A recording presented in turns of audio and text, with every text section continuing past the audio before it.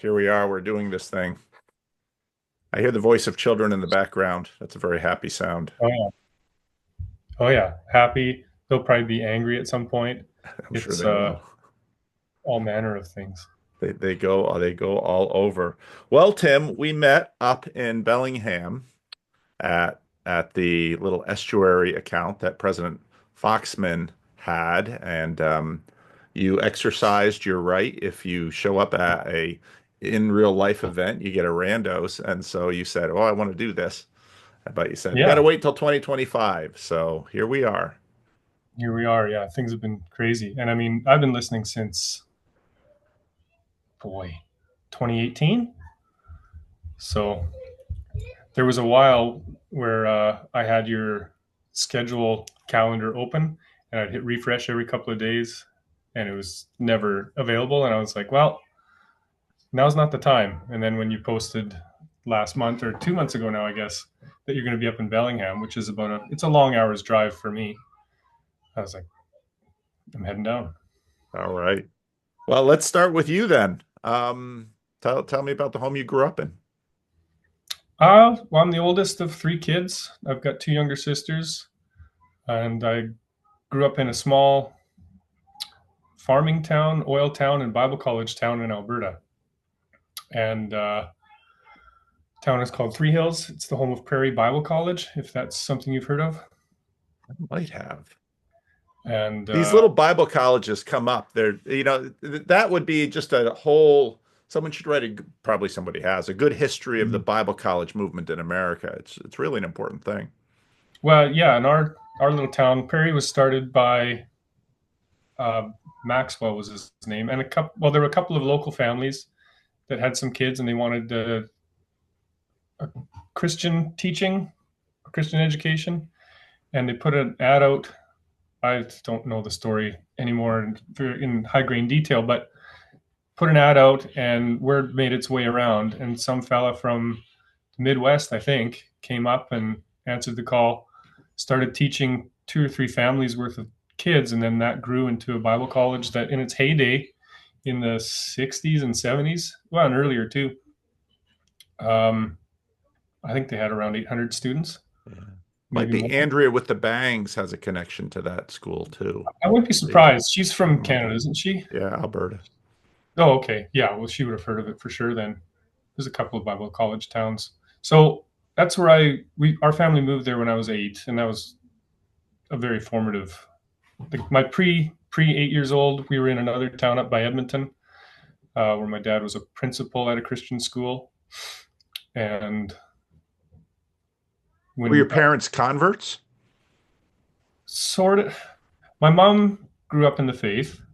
I don't know exactly how pious or fervent her family home was, but I mean, my grandmother, her mom, was kind of a stalwart of the faith in our family, in my life. My dad grew up Catholic in Ontario.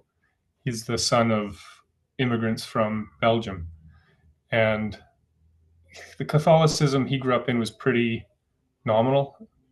And so when he was around 26, I think 26, 27, he had conversion experience to evangelicalism. I think it was the Brethren Church originally, and that was quite a seminal moment for him. And then he came out west to go to Bible college in Edmonton.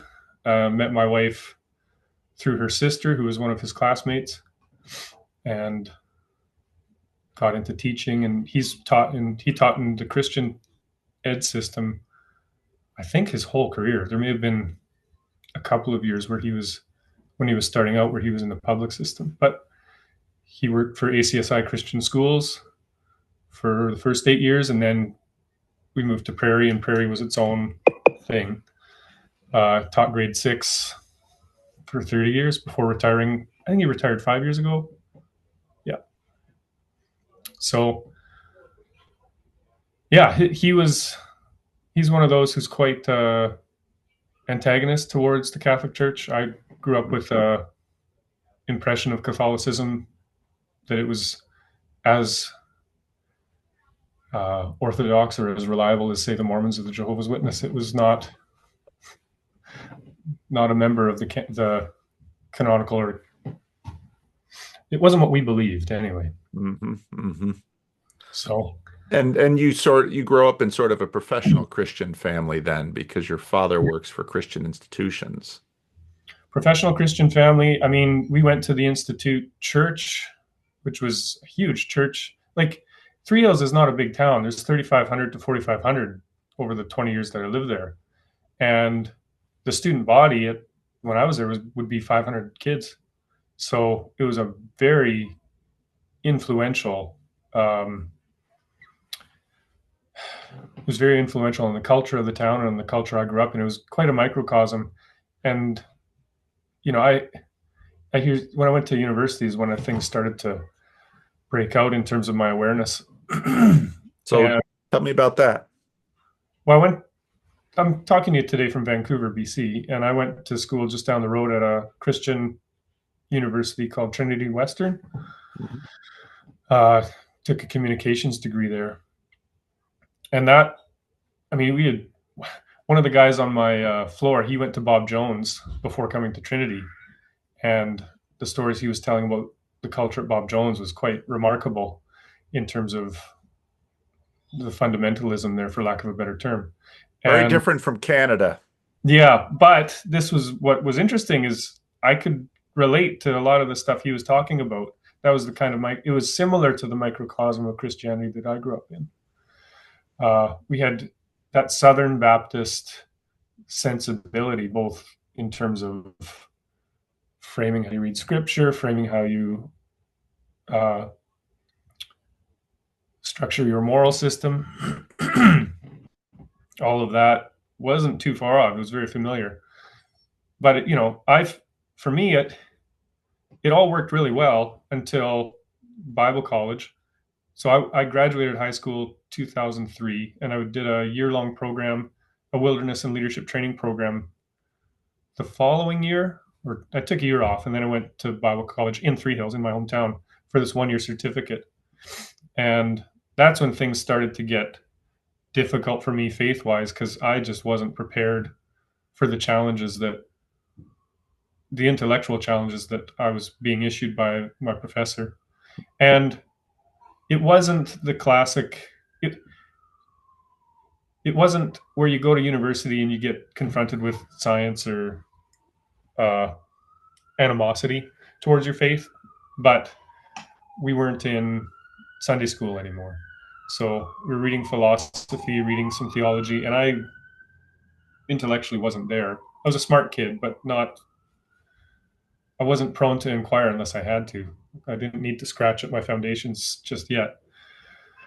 Uh, so that was a difficult year faith wise. It was a very rich year socially.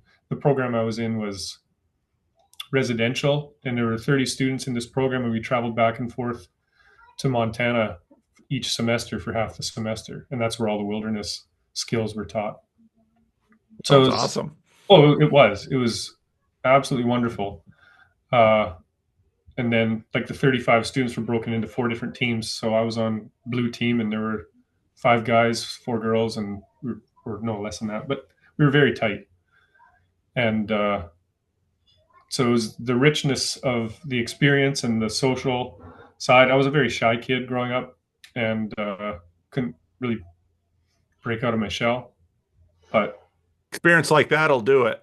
well, you're coming in as an unknown entity, so Yeah. you're not saddled with the identity you've grown up with, as it were. So yeah, that program was called Explore, and the Explore year was really wonderful, um, but also difficult academically because I was reading stuff that I hadn't thought of before that mattered. I had quite a firebrand professor who was new to teaching, quite zealous,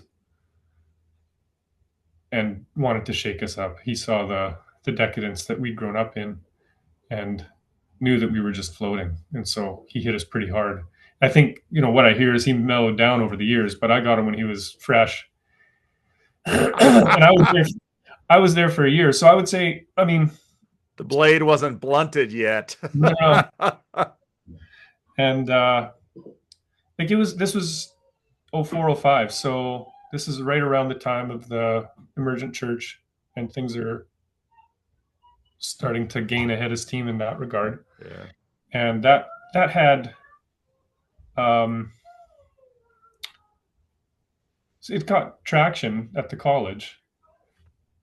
It was, so that I think he was responding to the spirit of the emergent church at the time, and that I mean that I think, as I recall, the emergent church was coming out of a response to the decadence of cultural evangelical Christianity, and like the unquestioned by decadence, I just mean the unquestioning, take it for granted almost.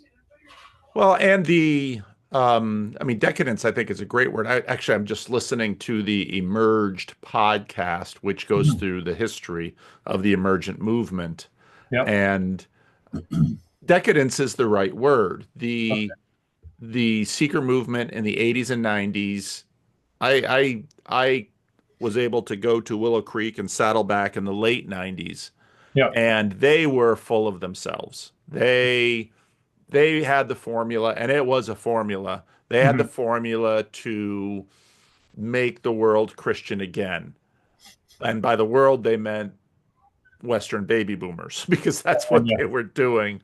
Yeah. Yeah. And so then when the Gen Xers came along, they're like, oh, we just have to tweak a few things Hmm. in our philosophical cultural dial Hmm. and we'll flip them too. And Yep. that generation was not having it. And Yep. postmodernity was their new toy. And they were deconstructing everything that those boomers had built. Yep. So at Bible college, to start out, we did a week-long intensive called the Summit Program, and I don't recall where it came out of, somewhere in the States. But John Searle's Naming the Elephant was one of the main texts, and that was all about postmodernism. So I went from making sandwiches and salads at the local restaurant and cutting grass for one of my classmates' dads, and I'm like, yeah, I'm going to go to Bible college this fall, and then hung up my grass cutting gloves on the Friday, and on the Monday we were into John Searle. I was like, what on earth is this? So yeah, it was that time, and those were the issues and the discussions, and it's a Canadian school, so we're also looking at that's my 1 year old. Yeah, He loves daddy. We're also looking at good thing. oh yeah, uh, we're not in the American melting pot culturally. We're just outside of it, very much influenced by it, but not completely. And so there's that dynamic as well, where we're in it, but we're not of it, as it were. Mm-hmm. Mm-hmm. So the Bible college experience intellectually was, my classmates talked about it in terms of deconstruct. I got into this to say there was some kind of deconstruction being undertaken, but it was always with the intent of reconstructing. Mm-hmm. But the program I did was a 1 year, so I got well pruned, if you will, and then I went off to photography school up in Edmonton for, it was a 2 year program I created there. Meanwhile, all my friends from, not all, many of my friends from the 1 year program carried on at the college to finish up a 4 year bachelor, and they got reconstructed. They worked through all the issues and questions that had been stirred up in the first year, but I was kind of like, oh yeah, yeah, cast adrift a bit.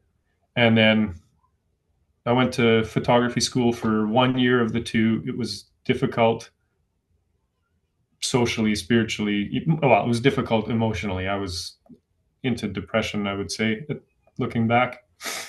Uh, had gone from a very rich social communal uh, year into isolation. Edmonton, I don't like that city. It's quite gray, and Hmm. I was born there, so I can. There's about a dozen Christian Reformed churches in Edmonton. Yeah, wouldn't be surprised. Yeah. So,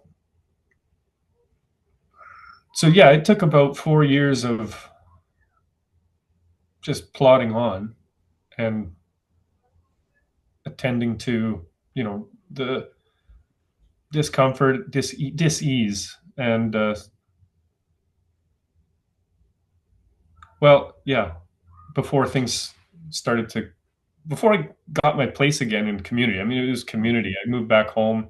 I picked up the relationships from Bible college. A lot of my friends were at the college. I was just working in the oil patch at the time, and then um, being fellow preaching from Ravi Zacharias at the time was very helpful. Hmm. And I would say I wasn't. It wasn't right. What I resonated to at that time was that part in Scripture where Christ defends the followers. I think it's when he says, you have to eat my body and drink my blood," and they're like, "What on earth are you talking about?" And he turns to his disciples and says, "Are you going to leave too?" And they said, "Well, where are we going to go?" And that's how I felt. It's like, I don't particularly like it here. I don't know how I fit. I don't know how I belong. I don't know what's here for me. Uh, but I'm not interested in the atheistic turn. Uh, there's not a lot of appeal. I don't buy it. So that was the place I was in Had during you the. been going to church, or was this mostly going on in your head? I've been going to church. Those years were rough, but I was able to keep a lid on it. Hmm. Uh, that was the first round. Another contributing factor to the whole turmoil was unrequited love. I was, That'll oh, stress you. oh yeah, and that was all I knew. Like, I was quite a romantic kid from like early on, and had no idea what to do with it. No direction. No elder fellow to be like, "Here's what you need to know, and Yeah. don't bother with this." That was mostly not there. Lots of guys my age to commiserate with for sure, but none of us knew anything. And I mean, looking back, it was almost a habit. Like, find somebody you can fixate on, you connect well with, and then don't go near them, but observe and long and hope. Like, just hold on to hope, man. So I mean, it's a long story. I don't particularly want to spend a ton of time there because I'm embarrassed about it still. Just when I remember that person that I was. That's okay. Many of Yeah. us have been there. Oh, I know. Um, but that was a contributing factor to the emotional and psychological disease. And like, I didn't know what the heck to do with this. It doesn't work.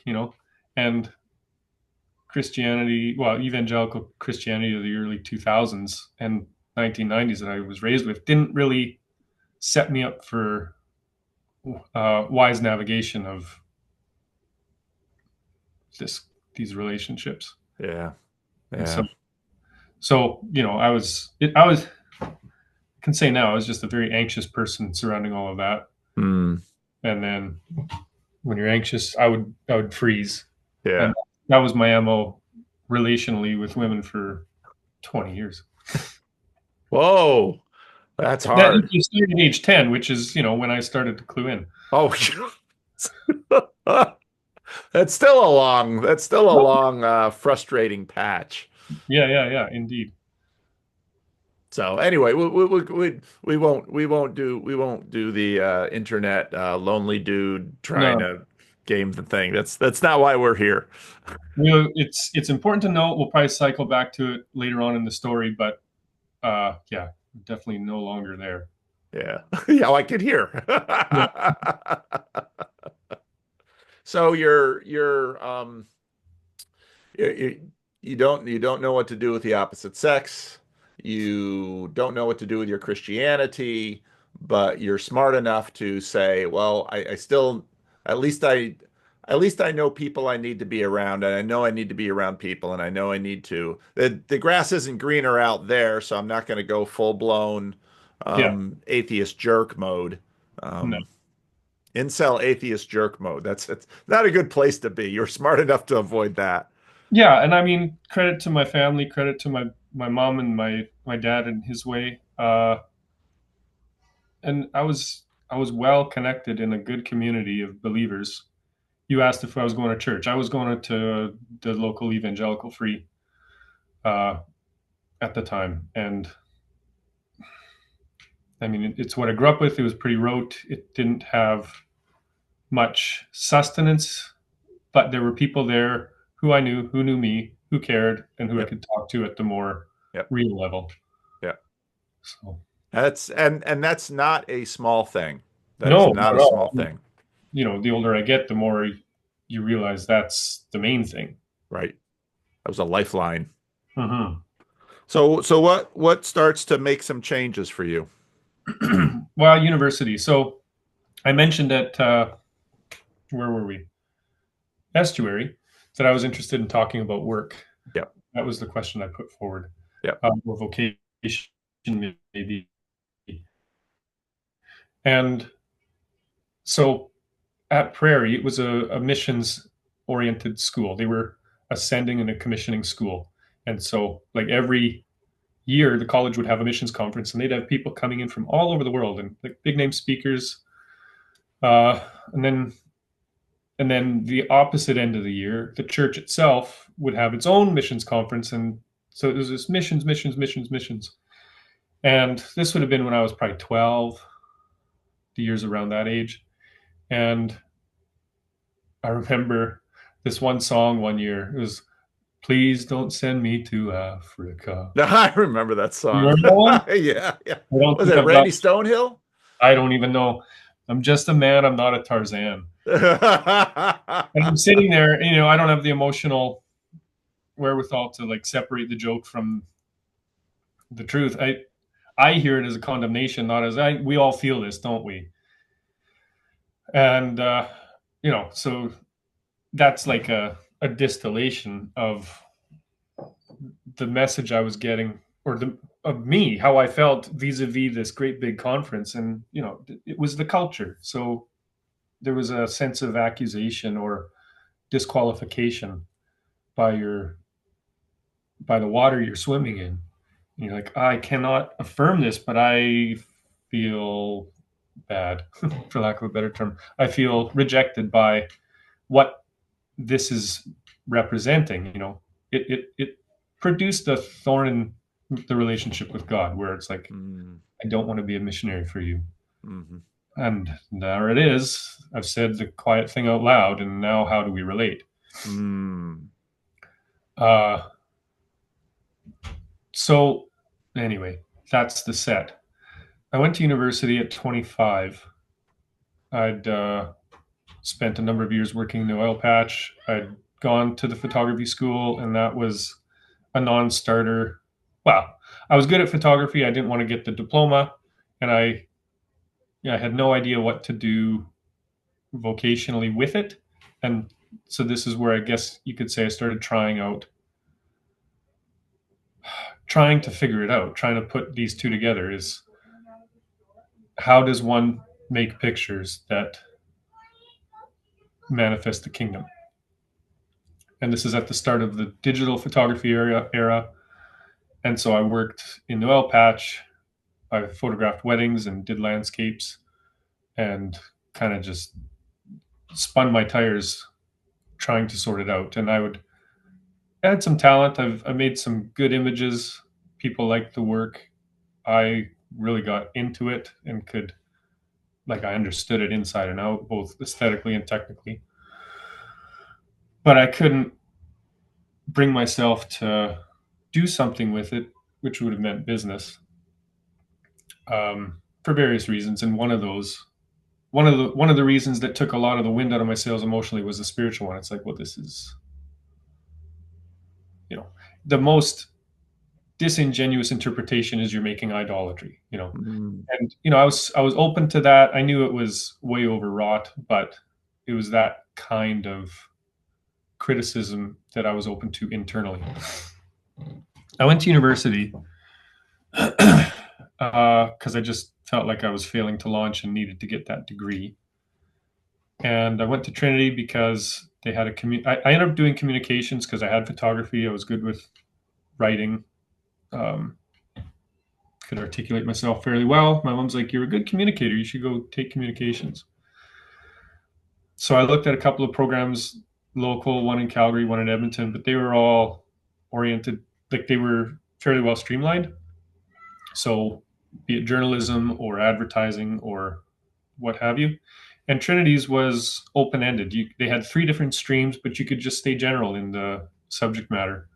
And being a Christian school, they recognized my Bible college uh, credits, which so I went there with a full year already transferred in, which lowered the cost for the degree, even though it's a private school.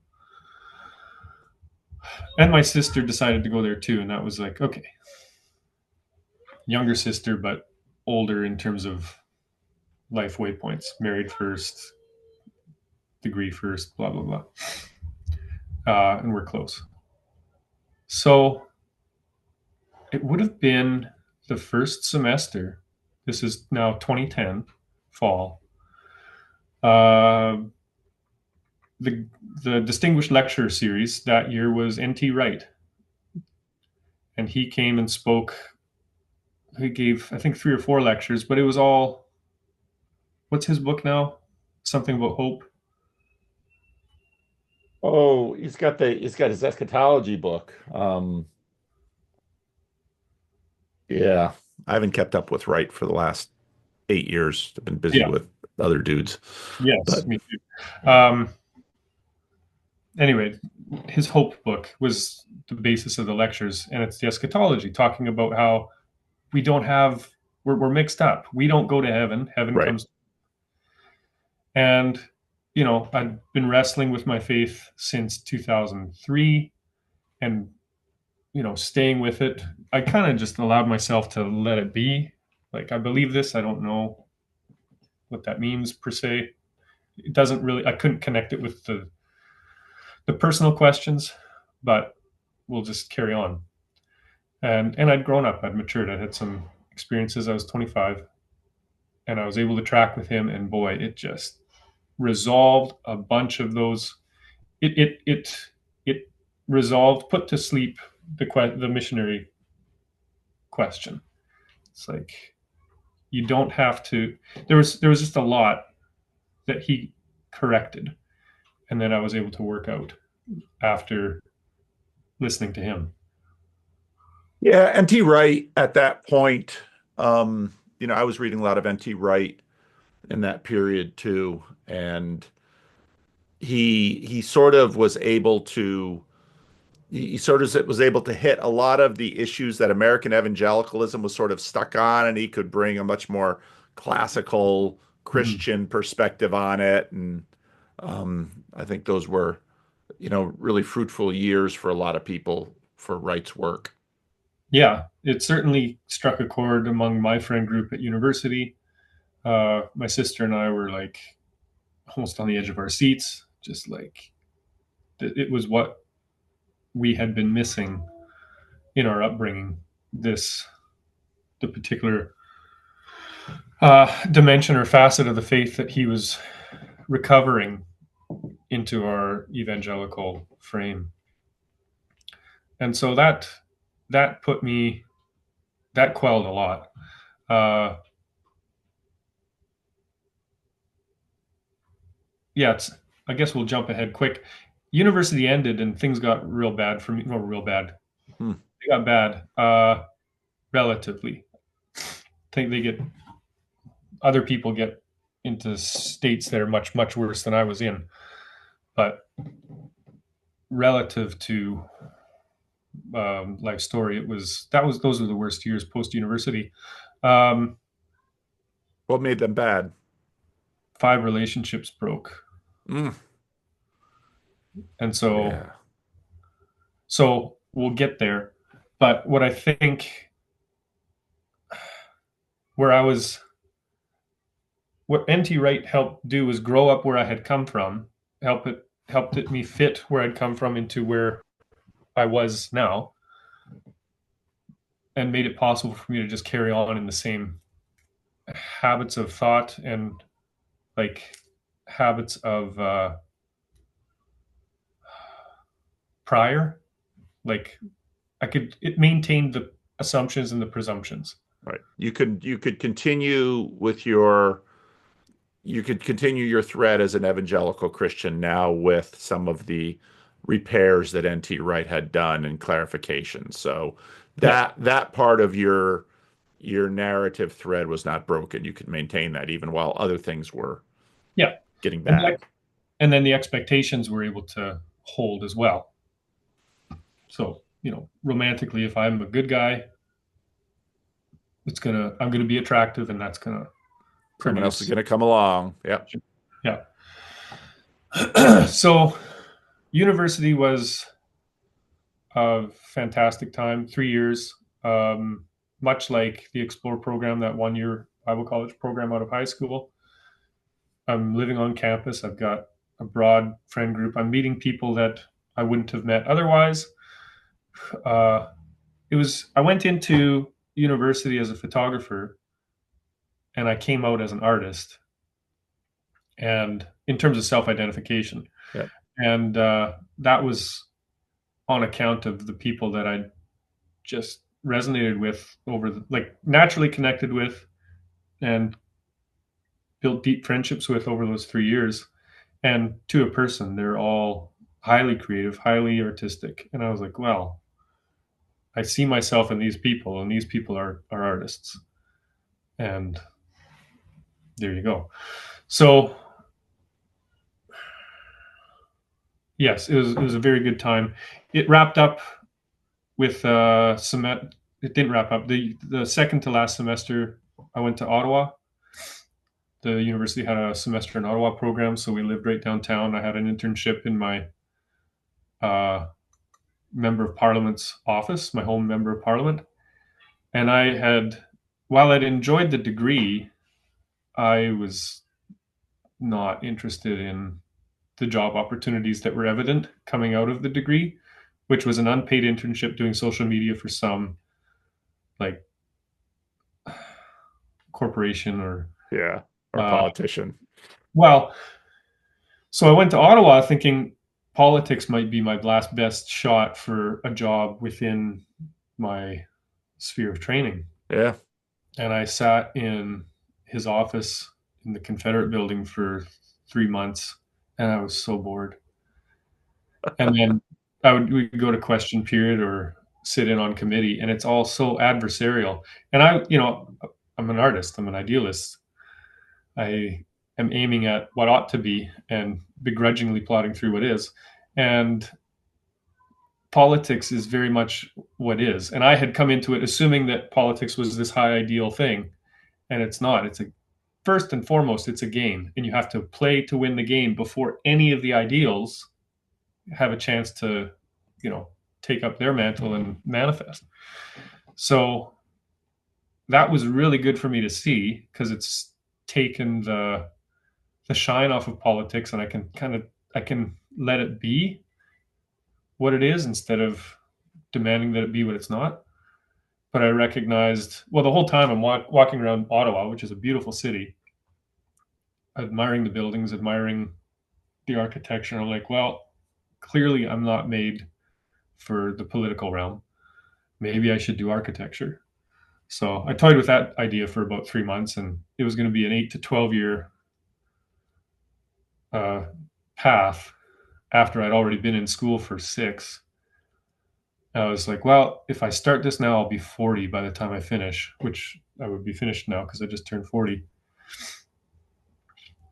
And Yeah, that's a lot of school. a lot of school. So I didn't go that way. Um, that was a very good time, is what I was trying to say with all that. And some of the friends I made at that program we're still very much in touch these days.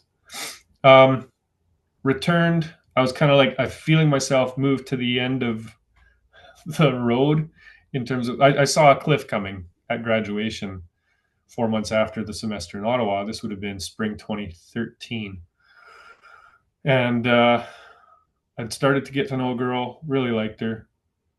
We had great connection, but it just wouldn't start. And in a nutshell, university ended. I went back home to the job I really had outgrown in terms of interest and intellect and whatever. I was a field tech in the oil patch doing many different things, but out on the landscape in the weather every day, working on wells or pipelines. After install, I was a maintenance and data acquisition guy, not a construction guy. So it wasn't as intense as the oil patch can be, and I was home every night. So lots of good about it. But anyway, went back home after graduating to a job I didn't like, with a relationship that was like maybe germinating, hard to say. And that uncertainty, but in mutual interest, carried on for the duration of the summer. She stayed here in Vancouver area. I was home in rural Alberta, and culminated the end of that summer with a decision to give it a shot, followed 5 days later with a decision to definitely not give it a shot. And that was the breaking point, and that precipitated the breaking of, the way I describe it now is, it broke my relationship with woman, capital W. This is following on, 15, 20 years of not having any clue how to do this, but not being able to look away. Uh, I can't stop pursuing a relationship, and I don't know what the heck I'm doing. Uh, my dad and I didn't, our relationship did not fare well in the wake of that. He didn't like seeing me hurt. He saw, from his vantage point, the foolishness on my part that was there, and moved in to correct me, which I did not receive well. And so for 3 years, I lived at home post university. I was 28 when I graduated. For a good 2 years, we were not in conflict. Mm. And I mean, the gist of the conflict was, I want you to just hear me out. Don't tell me what I'm doing wrong. You don't understand where I'm at. Let's start there. And that was very hard for him to do. And it was very hard for me to have. I felt abandoned by his response to the predicament and the emotional space that I was in. Mm. And I think, I think he was hurting a lot watching me hurt, and Yeah. just wasn't able to handle that, and needed to fix that, Yeah. for me for sure, but also for himself. Yeah. Yeah. Um, so that was the second relationship that broke, was relationship with father. Work was rough, just because I was done with it, and I had no idea what to do. I'd done outdoor ed, I'd done photography, I'd done communications, I'd done a stint in politics, and it just, none of it was leading to a place to stay. Yep. So relationship with work broke. Relationship with God broke, in that I was like, I don't know what to expect from you. I can't trust that following you produces anything good, or anything that I want. It's not that it doesn't do anything good. It's just, no matter how sensible and good I believe that you are, I can't make that, the heights of that, touch ground in my life as I interpret it and live it day to day. So it was just like, I don't know what to do with you. You don't have to leave, but I don't know what to do with you. Mhm. and I don't particularly want to. Well, I don't want to let you do with me as you will because I don't trust that you're going to send me in a direction that I'm game to go, and I don't even know how to let you do that anyway. So there was a the language that I'd grown up with had a an error in it, or just a blind spot. It's like let go and let God. Well, how do you do that? And I mean, I need the finer grained on the ground details because I need some instruction here. The principles aren't connecting, and I don't know how to wield these principles. And then the last relationship that broke was the relationship with myself, or maybe that was the relationship that was beneath all these others. And I mean, I'd been very hard on myself for a very long time. It was a habit of thinking. Wasn't healthy, wasn't good. Uh, so that was August 5th or 6th, 2013. And I was away on a contract I was just about to start.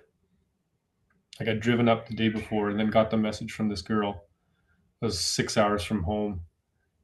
I got the message at 1 a.m., didn't sleep, total wreck. Like it was a break. And I called my boss. I was like, who was involved enough. It was a small company. There were like 10 guys. He was involved enough to know that I had some relational stuff going on that was high stakes for me. And anyway, he understood. He's like, come back. We'll send another guy. And he worked it out. He called the field operator that I was supposed to coordinate with. And the story I was told was, he says, my guy had something happen. He's not going to be able to come in today. We're going to send another guy up, and we'll start the contract in two days from now. And all the field operator says was, "Damn women." Like, yep. Well, an industry that mostly employs men between the ages of 20 and 40. Yeah. So that's when the break started, and it took a good 2.5 years. Mm. But that all got put back together and I participated for sure, but it was,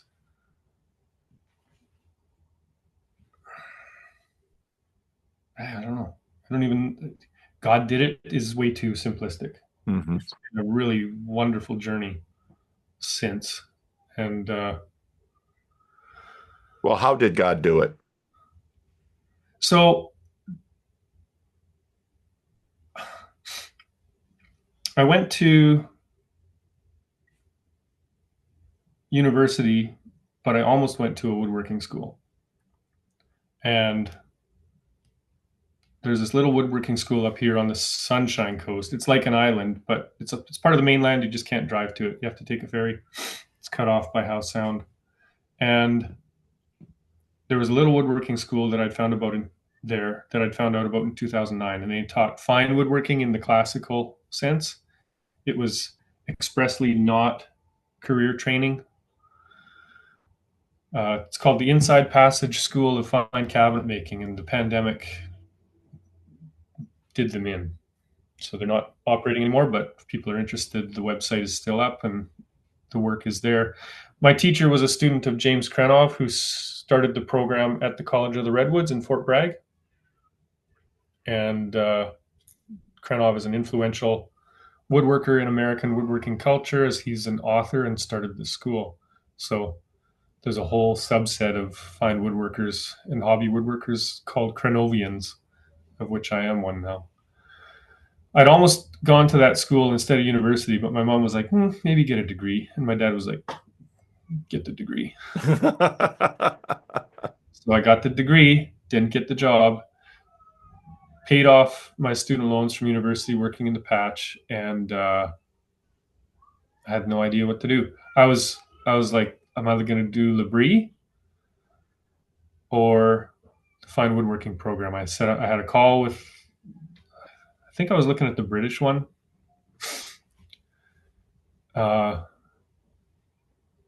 and then I was like, it's just at the time it was just more of the same.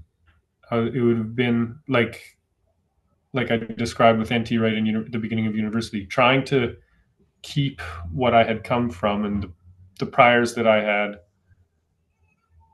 been operating out of. It would have been trying to recapitulate those and uh, bring them into the present and refound my life on it again. And I was just like, I don't want to try that. It's not that I don't think it's wrong. It's not that I do think it's wrong, or it was just like, I want to go to this woodworking school. So that's what I did. 2016, I left.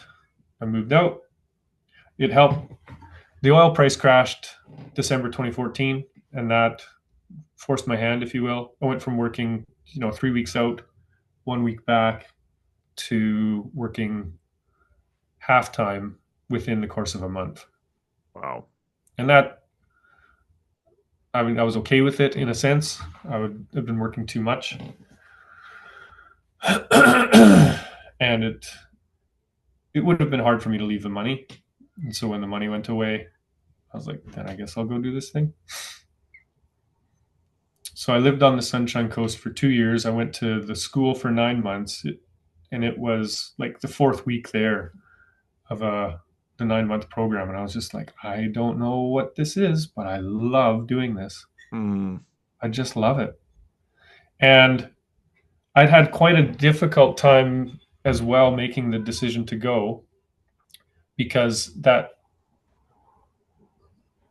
part of me that everybody has that's your critic, uh, Ian McGilchrist's left brain, if you will, was like, this is stupid. We can't go here. We can't do this. This is very dumb. Like, well, what it was is, what's your plan? It's a very anxious voice. It's like, how is this going to work out? And I learned over the course of the post university crash, uh, there was a man in our community, Martin, who was friends with my parents and the elder doctor in the community and he moved into psychiatry some years prior. And my parents called him and says, "Would you see Tim?" And so he said, "Yeah, send him over." And that was vital. I saw him every day for 2 weeks, and then for 2 years after that, as needed, sometimes weekly, sometimes monthly. And when Jordan Peterson talks about Carl Rogers in his lectures on personality transformations, it that's what Martin was. He was that curative yep. uh, listener. So he didn't do anything. He just provided you the space where anything could be said. He provided the punching bag if you needed to lash out and just let someone have it without reacting and then he taught me over a year in like consistent response. I would make a declarative statement about how things were, and he says, "You don't know that." You say, "This is what I'm afraid of." Just, tell the truth, basically. Yep. Uh, Yep. very carefully and very clearly, do not allow yourself to sway.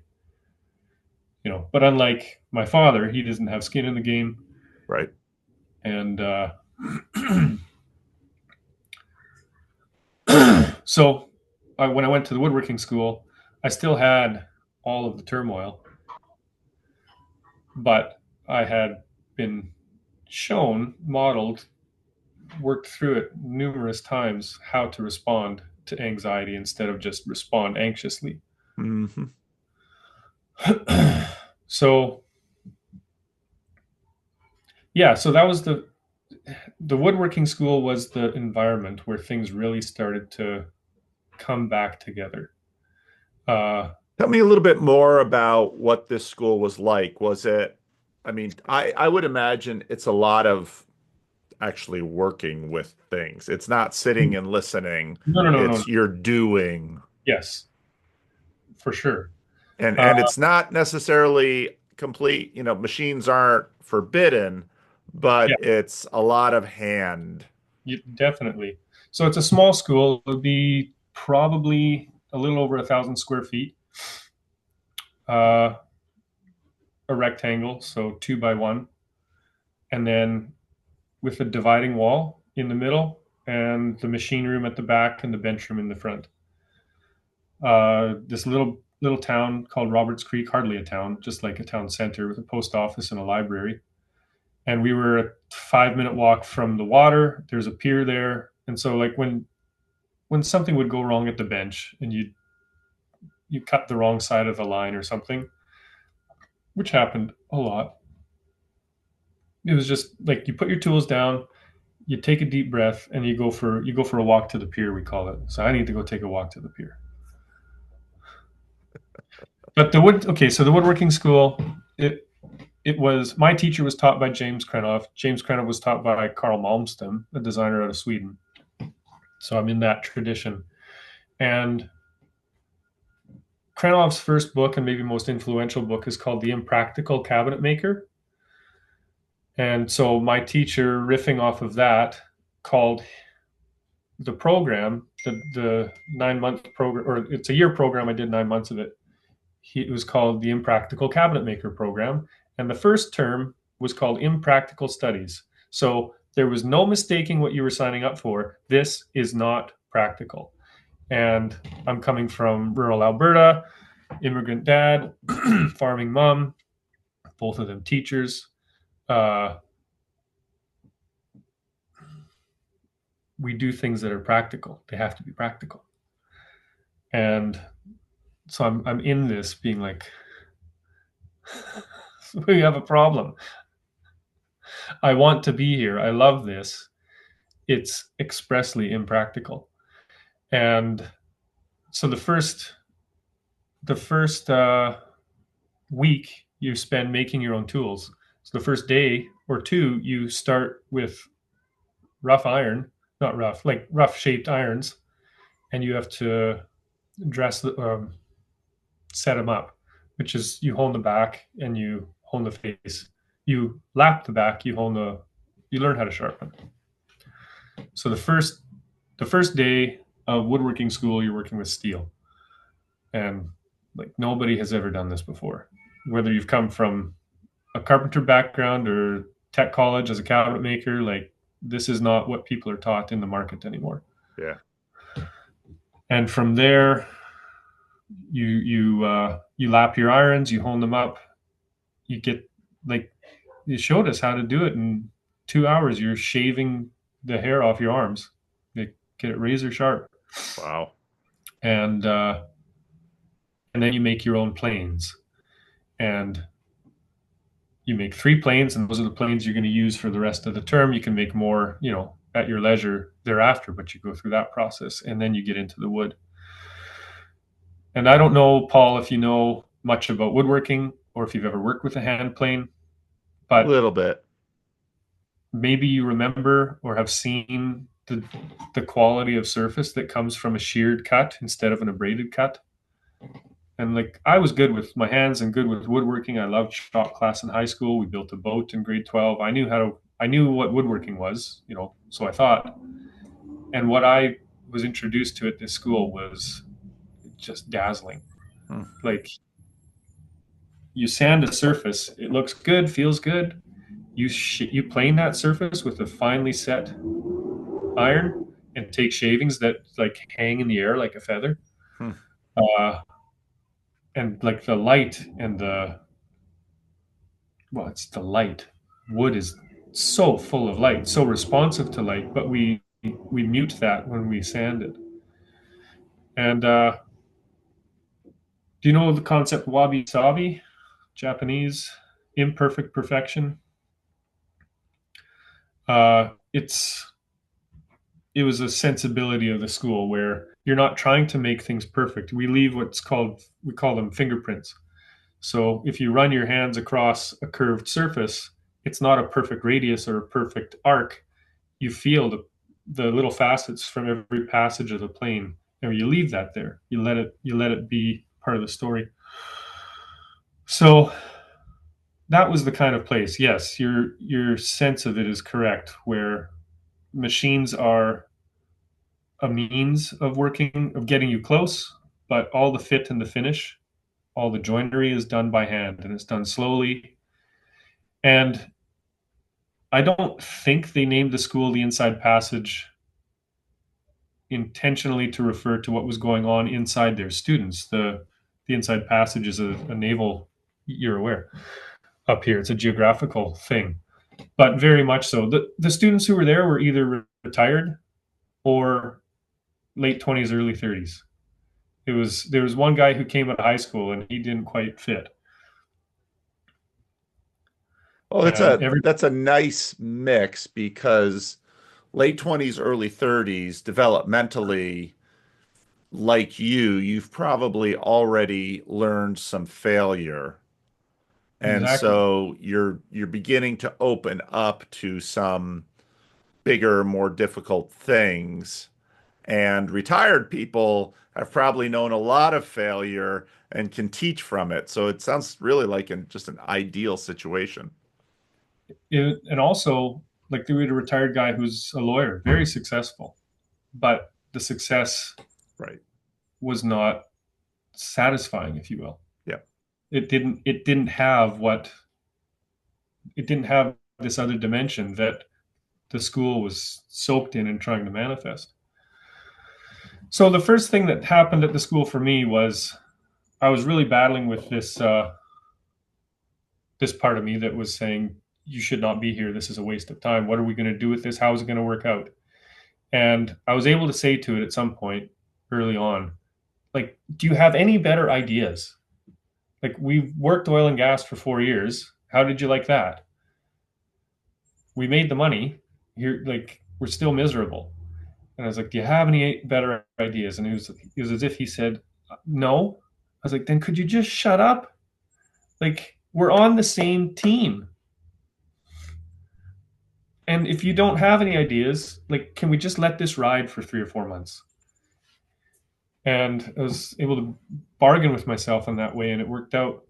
Where he was like, "Okay, fine, you are enjoying this," as in you're enjoying it, as I kind of am enjoying it. You know, that part of me still gets to make perfectly straight cuts and make the joints fit as well as I can. But heading into it as well, and this is where Jordan Peterson first appeared on my radar and was really helpful. I'd been I'd been trying to, like, Peugeot talks about how the postmodern trick is how you take a unity and you lower it down one level and you say, oh, that's just an amalgamation of these lower things. And I'd been doing that all through, my from adolescence onward. It's what I did with photography. Oh, photography, they're just pretty pictures. But I didn't see what I was doing, and it was very effective at undermining the soul part of it. And so I went to this woodworking school and I'm going into it and I'm like, what the hell are you doing? You're paying all this money and all you're learning how to do, you're just learning how to make a box. It's just a box. That's all it is. In China, they're making boxes like mad, and here you Exactly. are. Yeah. And so the reason why, like, this is kind of going backwards a bit, we'll probably get there. Peugeot has been so wonderful for me to like find out about and tune into, because it's like he's speaking my language. It's I didn't know I was a pattern reader, or I didn't know that that's how I thought in patterns. I didn't know that that was how I made sense of the world. That's just how I did it. And then to find him and he's like codified it and articulated it, it's like, oh, yes. So I'm over on the Sunshine Coast. I'm there early on after arriving. I'm like, okay, I'm here. I'm learning how to make boxes. That's what I'm learning how to do. And then the thought occurs to me, well, what is a box anyway? And I was like, all right. So a box is to space what a word is to perception. And you know, you see a forest, and you just see a forest. But then, oh, there's a tree. So the tree separates from the forest. And then, well, that's a cedar tree. That's a redwood. That's a walnut tree. What's that doing here? That doesn't belong here at all. That's interesting. Oh, boxwood. And like, but I had an experience. Part of my business is salvaging hardwood trees. I have to know what they are. And because you can spend a lot of money on something that isn't what you thought it was. That's a bad thing. Yeah, which I've done. I didn't spend a lot, but I've gone down the wrong trail. And it occurred to me at one point that, oh, boxwood grows here, and it's a very useful wood. It's extremely hard. This is the hedgewood that topiary is made of. Um, I was like, I wonder if that grows here. I wonder if it grows to size. Maybe I could start collecting boxwood at high enough grade and scale to maybe make some money with it. So I started looking for it. There it was at the four-way stop like this huge boxwood tree at the four-way stop that I stopped at twice a day to and from work. And it like completely oblivious to it. Then I start looking for it, boom, you see it. And so that principle that Peugeot and Peterson and Vervaeke have all talked about, where you see what you are looking for, you perceive what you look for. You have I was like, eyes to see. Now you yes, have eyes to see. yes. And everybody else in that little town didn't see it at all. Yep. And so you have this awareness of yourself of being you're enchanted by things that everybody else just is, but it's normal or part of the landscape. Anyhow, that concept is that's the example of the words causing something to come into being. And I was like, well, what is a box? And as occurred, I thought a box can be the same thing in space that a word is in perception. And so here is where I live. Here is where I sleep. Here is where I work. And then in this place where I work, here is where the books go. Here's where the pens go. In that room, in that other room, that other box, that's where I cook. And then this is where the pans go in that box where I cook. And then this is where the cutlery goes. And inside that box where the cutlery goes, here's where the spoons go. And I'm like, oh, okay, this makes sense. And then I was like, so the boxes that I'm learning how to make at this woodworking school are to language, are are to cabinet making what poetry is to language. Hmm. And I was like, okay, I don't know what that means worked out, but I'm interested in what that could become if I follow that insight. It's a shame. Well, I might have mentioned this in the estuary group up in Bellingham, but Karen Wong came to the Olympia event with she had been speaking to someone and oh gosh, I've got to really clip this because she said it so perfectly. It's basically once you get to the point of seeing that there's no bottom to Mm-hmm. something. Mm-hmm. And she was talking to one person, and that person, it was milk or Oh, interesting. paint Sure. Yeah. Yeah. or hair. And because you just and people would say, what, milk or Mm-hmm. paint or hair, but you begin to realize that something that reality is not what we think it is. And Yes. it sounds like through the box, that was sort of your entry into another world that made sense of the world that you were living in before. I flipped into a different mode. And yeah, look, what you described is exactly the case. And so my access, like the key that got me into this was the Genesis story. And God said, let there be, and it was. And it was at this, and so I'm working with that as my source code, if you will. And can I apply it to this program and will it run? And I was like, I think that runs. And then a buddy of mine posted on Facebook an interview that Peterson had done with the school newspaper. This is 2016, and things are starting like Hmm. the rocket engines are starting to ignite. Yeah. And in that, so I grew up in Alberta. I'm a conservative guy. I tend to agree with what like Peterson is talking about and arguing against. I agree with his argument against what he's arguing against, and so I think it's just going to be a short little political polemic, and then like that's this part.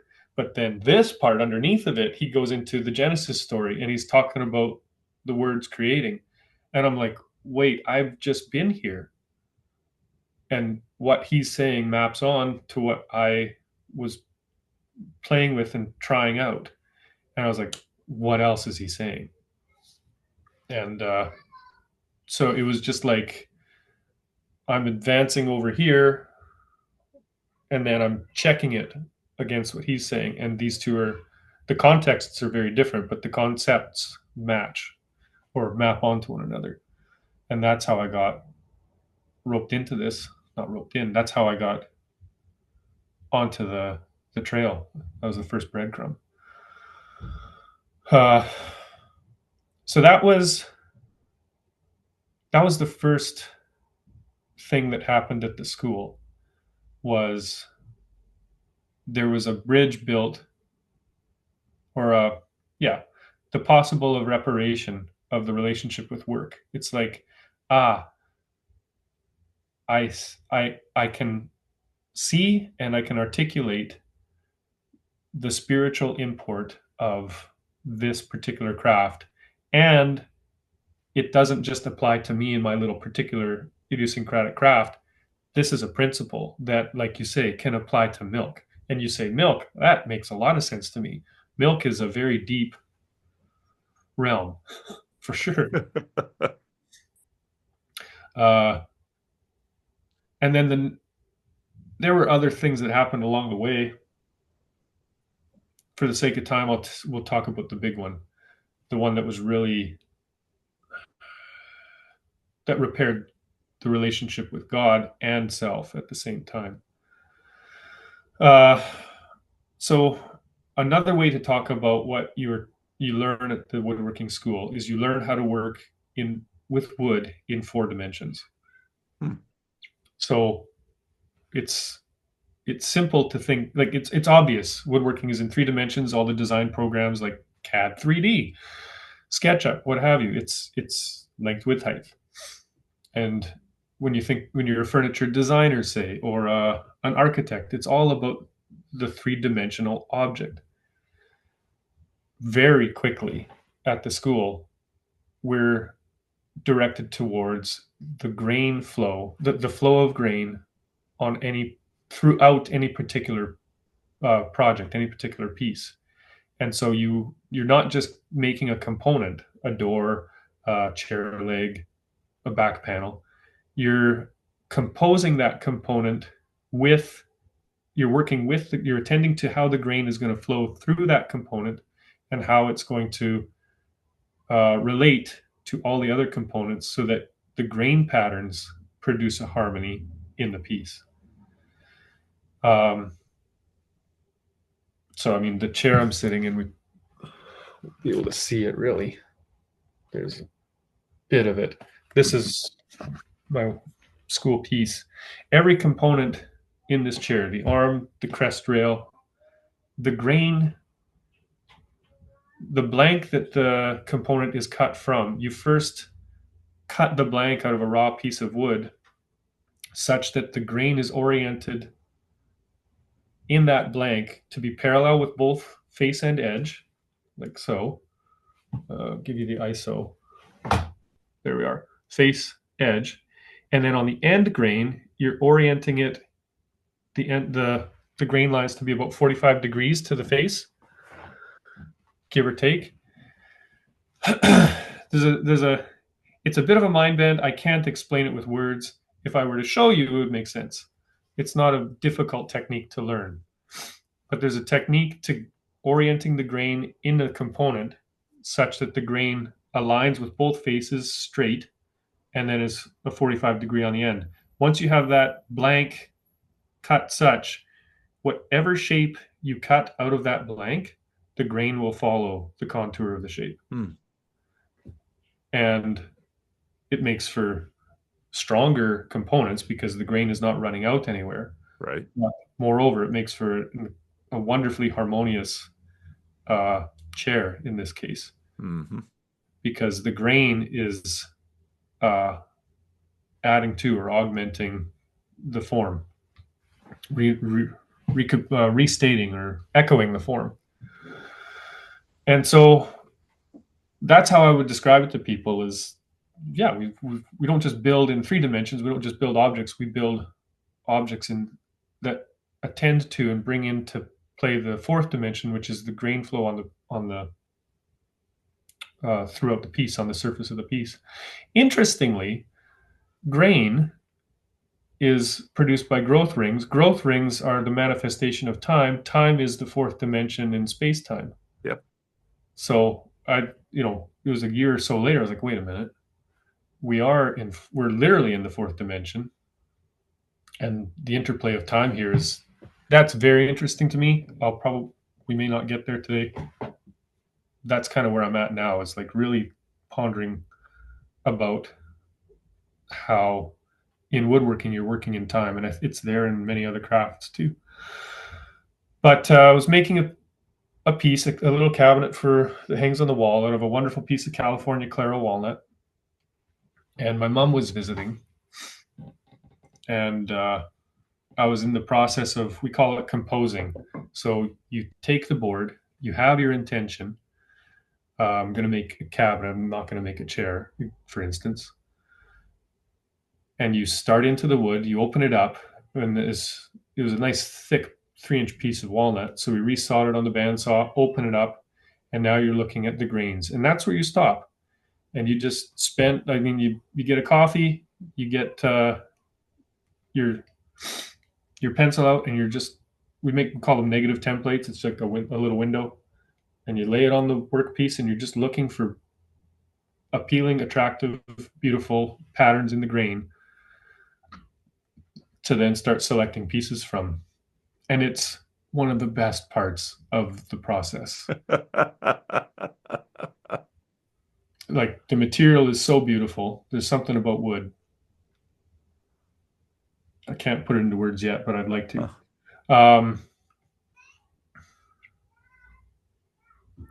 I was listening to, did you listen to, what's his name? Peugeot, the older brother. Matthew? Matthew. He just did an interview with his Spanish translator.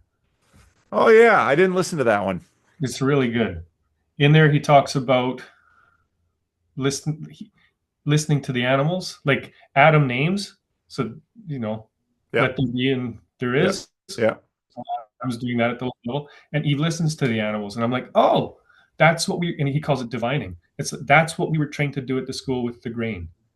We come to it with an intention, but we say, what do you want to be? Do you want to be this tall or this tall? Should we make it this deep or this deep? Well, if we make it too shallow, we're going to miss this beautiful little change in color or reversal in grain here. Let's make it a little wider so we can capture that.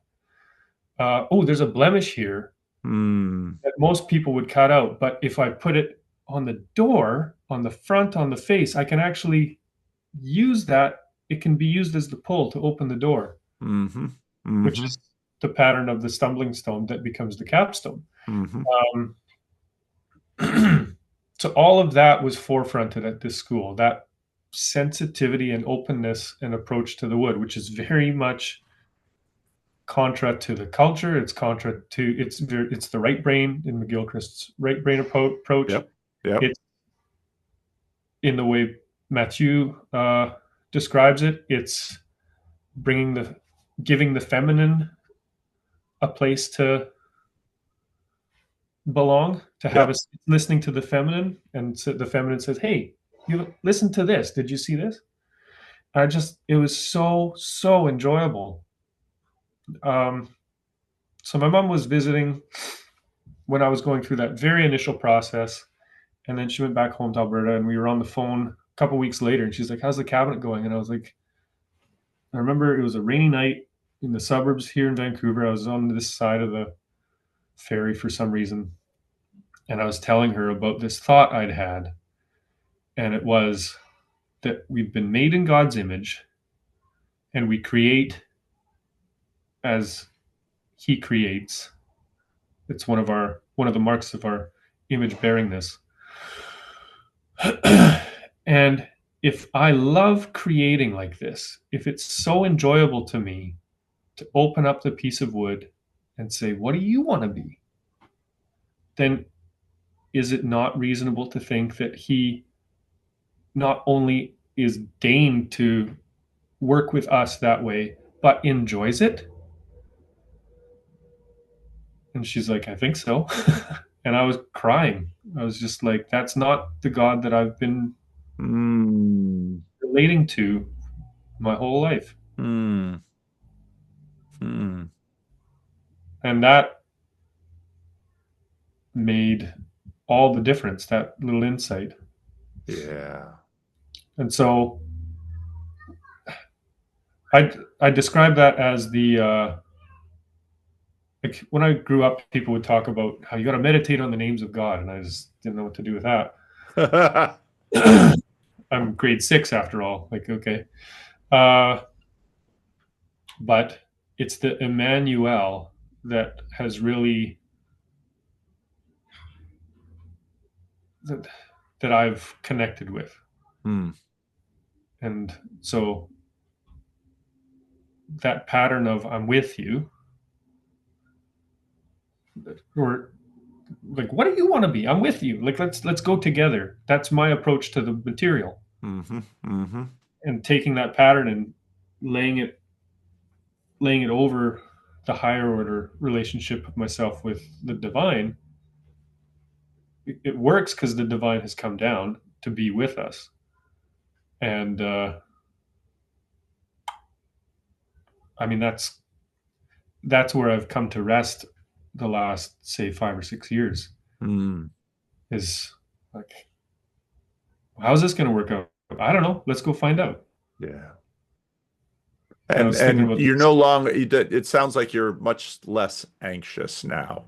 This the slowness of reading the wood, understanding your relationship with God through that means that impracticality is a virtue now instead of a vice.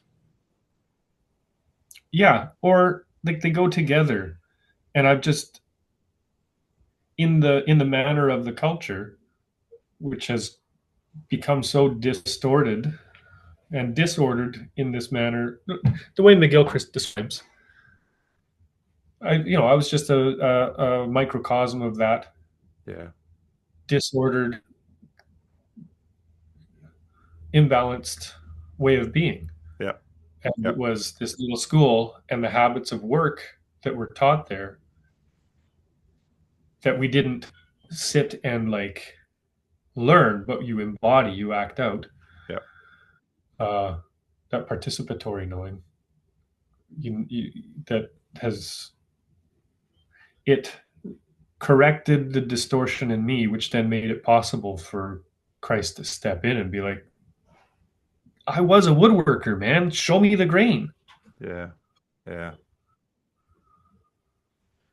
So you now what's interesting is that, well, there's a lot interesting, but you're sitting here, you have a chattering 1 year old who really loves you. You have a wedding ring on. You're not living with your parents, I assume. No, Um, we live in community here in Vancouver, which is another almost by accident, not accident. Anyway, you were saying, well, I'm curious because quite clearly this re-understanding of your relationship with God. I mean, it's funny because in some ways, before this epiphany, you're sort of begging God to violate you. mm-hmm. I want you to saw me down and ship me to China and just, make me a box and then put me with all the other boxes and we'll just have this factory Well, line. make me a box, put Bibles in me, ship me to China. Yeah. Yeah. Yeah.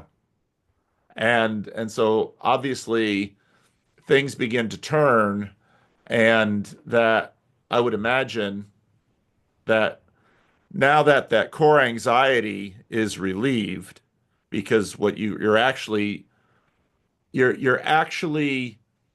able to trust in the impracticality of God's sovereignty over your story.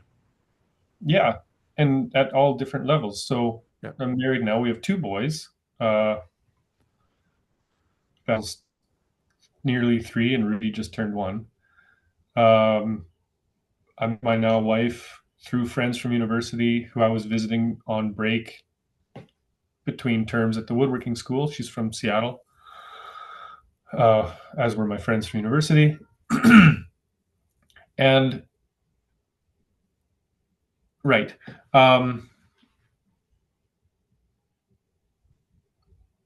First of all, the problem with unrequited love, because I could not figure it out for years and years and years. It's like, how do I square loving, which is a good thing, with not having, which is also a good thing? Like, you have, for it to be love, you have to be chosen. There has to be that freely will choice.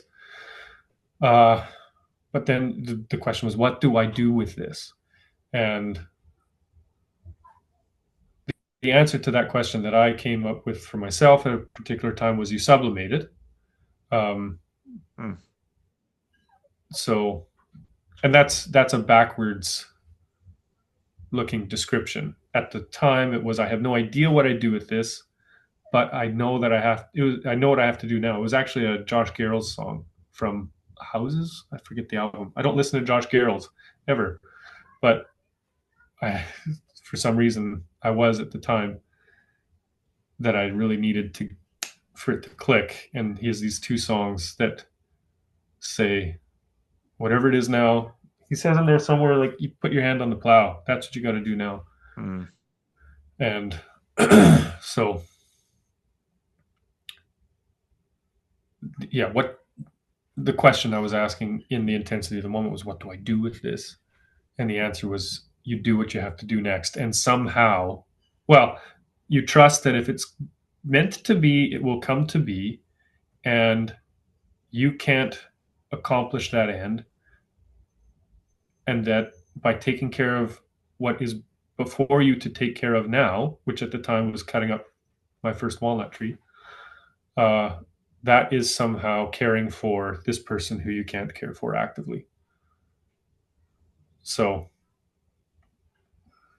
that's an idiosyncratic response.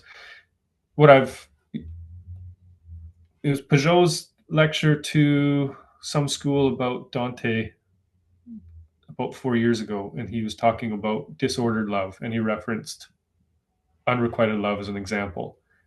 And I was at the right; it was at the right time in my processing of those hurts and disappointments from years past. I was like, oh yeah, yeah, that's what it is. There's nothing wrong with the love. That's Right. fine. Right. It's just not in the right order. Yeah. Yeah. That's why it doesn't work. Yeah. And Yeah. so anyway, I met my wife through friends. I was radically open to. I was either I was at a place emotionally where I was very downcast, and I was. It was evident to me that I either close down and shut off, or open up entirely. And the difference between these things is neither of them can hold very much water. Well, closed down and shut off holds no water. Radically open holds just as much as the waters as the surface tension can maintain. And that's when I met my wife. And I was really into. I was finished the first term. I was heading into the second term. I hadn't had this epiphany yet. I was operating on let's see what happens next.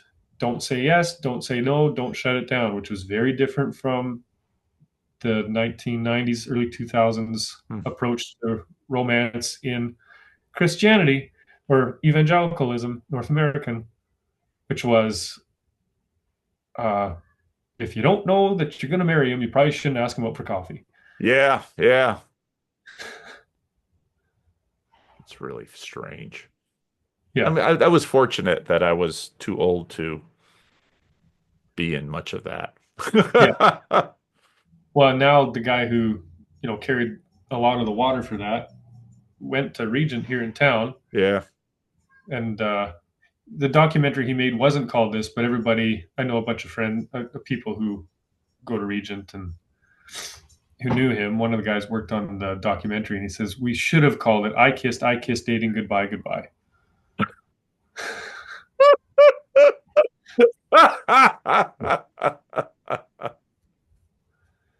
But I mean, I was all in on that thesis, Hmm. Hmm. and, uh, and it didn't work. Yeah. And what did work was I remember my wife Jenny and I went on our first date in Bellingham. I came down from Vancouver. She came up from Seattle, and we just walked around Fairhaven and in the town for 6 hours. Went for dinner, and at the end of it, like I'm in the habit of, am I going to marry this woman? Can I? Da, da, da. And I was just like, that doesn't work. Don't just stop. And the question was, do you want to see her again? That's a good question. Yeah. And I was like, yeah, I'd see her again. And so I said, it'd be nice to see you again. And it was that, like, banishing the future Yeah. from my deliberations made it possible to look at the next step. I was next stepping through many things for a long time, and that was the way. And that was, I mean, I still get very anxious, but I've Hmm. had the habit or the method that I knew was reliable to either don't attend to it. You're not going to get on in front. You're not going to catch this wave of anxiety. So just duck under it. So that's the surfing analogy. It's like basically you're feeling anxious, pay it no heed, but don't respond to it. Just get out of its way. Or the anxiety is telling you you need to figure it all out. What do you have to do next? And do that. And those have been two very useful approaches.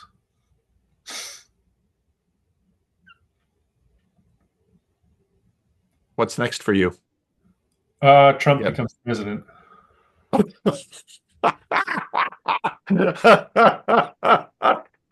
which has a very different uh, quality up here in Canada, especially when your new business, which significantly improves your financial outlook, is built upon exports to the States.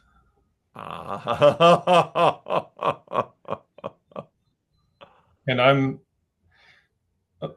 like, the way a tariff works is the importer pays the tariff and then passes it on to the consumer. Right. But the way importing works is not exactly so. Um, I was when I bid for this contract, I was advised to include cost of shipping to their door because all the other people you're competing with are going to be American and the price they're getting is cost of shipping to their door.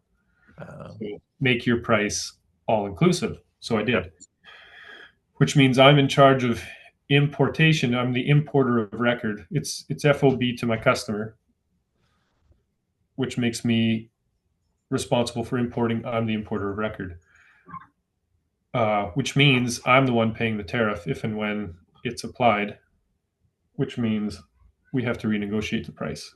Yeah. And Well, the thing with Trump is he talks a lot. he surely does. He talks way too much. I didn't even dislike him particularly. And then he starts talking about annexing us. And I'm like, huh, now I know what it's like to be a Democrat a little bit. I, the thing is, he was president for 4 years. He talked a lot then too. Yeah. Most of what he talks about Doesn't happen. You No, I know. know, gonna build a wall. Mexico's gonna pay for it. Did Yeah, that exactly. happen? No. Most of what he talks about doesn't happen. He just talks. So Yeah, I think most Americans have gotten used to the fact that he talks. And what actually happens, that's a lot. There's a lot of complexity in yes, there. And I don't know what's going to happen. I think to a degree, it just makes everyone say, it, I think the ethos with the Democrats was, we know what's going to happen. And now when Trump comes in, it's like, no, we have no idea what's going to happen. And it might be a good thing, it might be a bad thing, but truth is we don't know. So get used to not knowing. That yeah, makes it really hard, however, if you're running a business and like yours, and you yeah. kind of need to know. Kind of need to know. And I mean, I sent a message off to my customers because I was like, I'm not going to send them anything until we know what's happening. Yep. But 10 days out or 2 weeks, I was like, they need to know that I can't carry this if indeed, because the threats just keep going up. You know, Right. it's not like all, the only signal is the 25% tariff. Yes, there's a ton of noise in that signal, but there's no other signal coming through. So I had to notify them that, hey, we're going to have to talk about the price if indeed this goes through. And they Yeah. were good. They wrote back. They said, thanks for letting us know. We're just going to wait and see what happens. Yeah. Yeah, because I don't know if this is something Trump can just do, or if Yeah. this is something he needs Congress to cooperate with, or if this is something that Trump just tries to do and then courts step in and say, wait a minute, can you do that? And then it's in the courts. And I mean, Yeah. it's who Yeah. knows? Who Who knows? knows? And that was the gist of it coming out of the prime ministerial and first ministers meeting yesterday up here in Canada. Like all the leaders of the provinces and the prime minister sit down. They come out 3 hours later and like, well, we have some ideas of what to do if we need to, but we don't even know what he's going to do. So, Yeah. so we're not Yeah. going to jump to conclusions, which is No. good. So anyway, that's it's important because, uh, well, 7 years ago, 2017, yes, I was working construction, hauling drain rock up and down a steep slope and backfilling a foundation with sand by hand because they couldn't get the machinery to do it. And at that point, I'd thrown over 100 grand into post-secondary education, and I was hating this. I was like, I'm like, what am I doing working this hard because my back is cheaper than the machinery? And I was like, oh, and I said it like a prayer. And just like Peterson has described, if you really mean it, you'll get an answer. And the answer was instant. It was like, you're doing it because you choose to. And then it was like, well, then I can choose something else. And the voice was like, yep. And right there, I was like, I want to be master of my own time. And with, I had no idea how or when. And it feels to me to be with much rapidity, more than I would have predicted.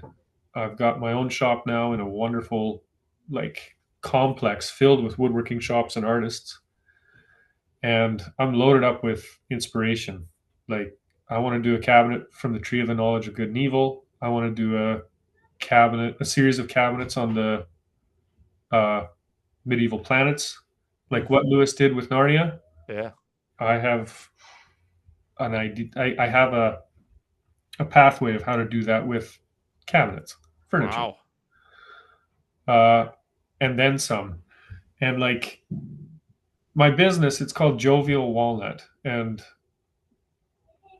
but that's one side of the business. My bread and butter is custom cabinetry. That's just me.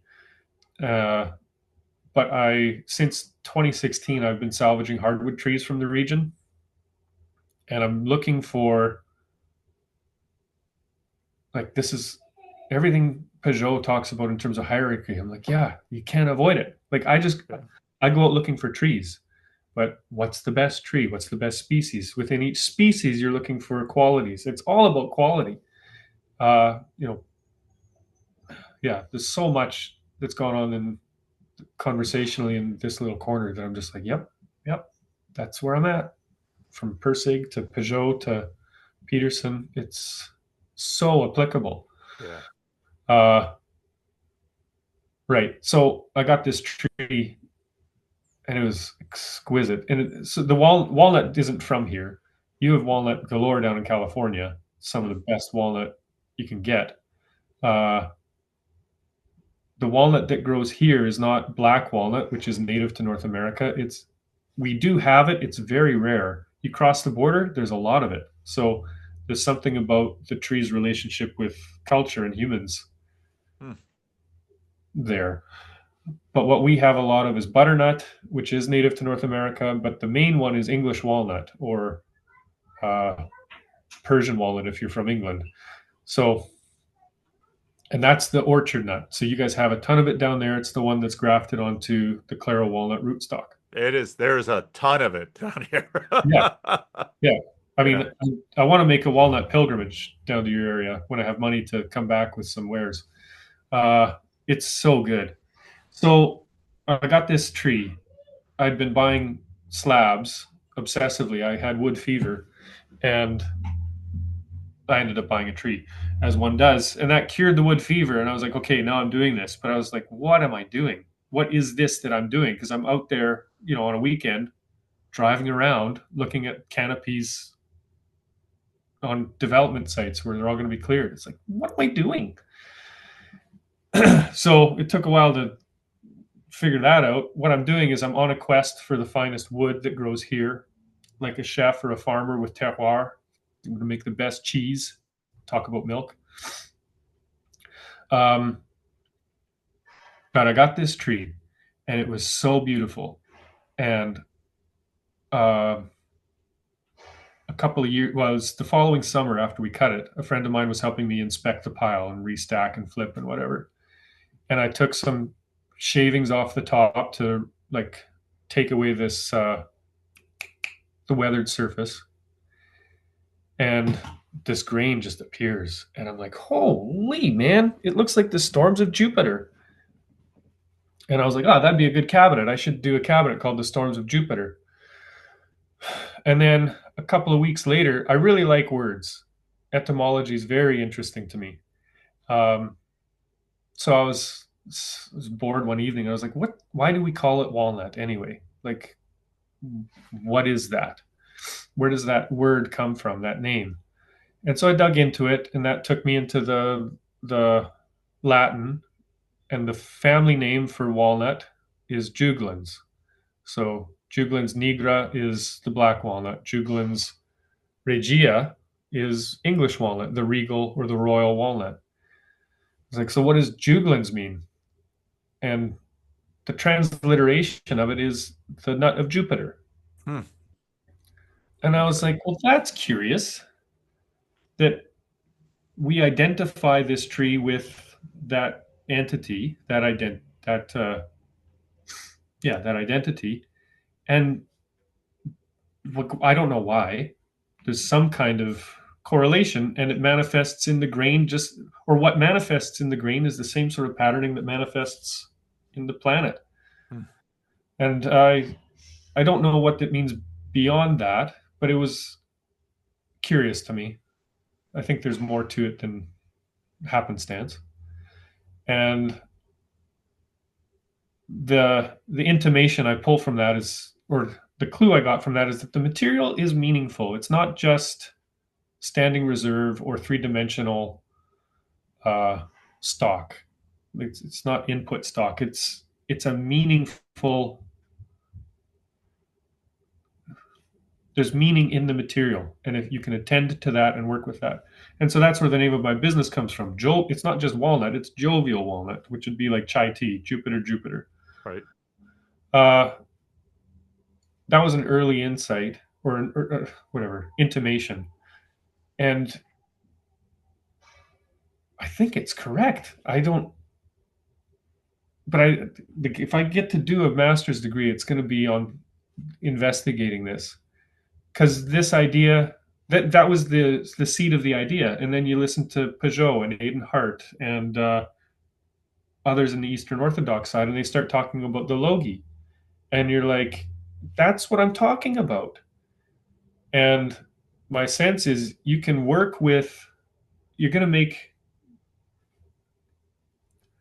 the one that really tells it, but I can't talk about it. So maybe I can talk to you about it off recording, but you can't say too much about your big ideas before they're Right, manifest. right, right. The one that makes it really clear is the tree of the knowledge of good and evil. Uh, so that's all I'll say. I'll talk about it in terms of this. There's another cabinet I want to do. So do you know about the ash trees and the emerald ash borer? There's an insect from Asia that's going to eradicate all the ash trees in Europe and North America. It could be 10 years from now, it could be 30 years from now, but ash is going away as a commercial timber, just Mm, the way American chestnut did and the way elm did with Dutch elm disease. yeah. I noticed that in the ash that I work with, you can see bug tracks. And that's from trees that were infected. The bugs eat the cambium, but the tree defeats the infection, fills in the bug tracks with cambium. Cambium turns to wood, and then it's there down the road at the timber shop. Um, anyway, I'm going to do a cabinet that is made of ash that has that figure in it, and that is tiled on the inside with beetle shells from the jewel beetle. Hmm. It's a beetle from Indonesia, I think, or Thailand.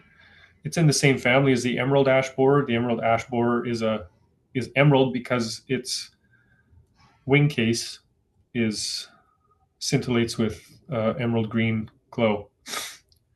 And these jewel casing or the jewel beetle wing casings have been used, forever for sequins on clothing. There's a palace in Belgium where the ceiling is covered in it with it makes I think a Adam and Eve motif. Yeah, Wow. yeah, it's a stunning ceiling. Just look up Brussels Palace jewel beetle ceiling.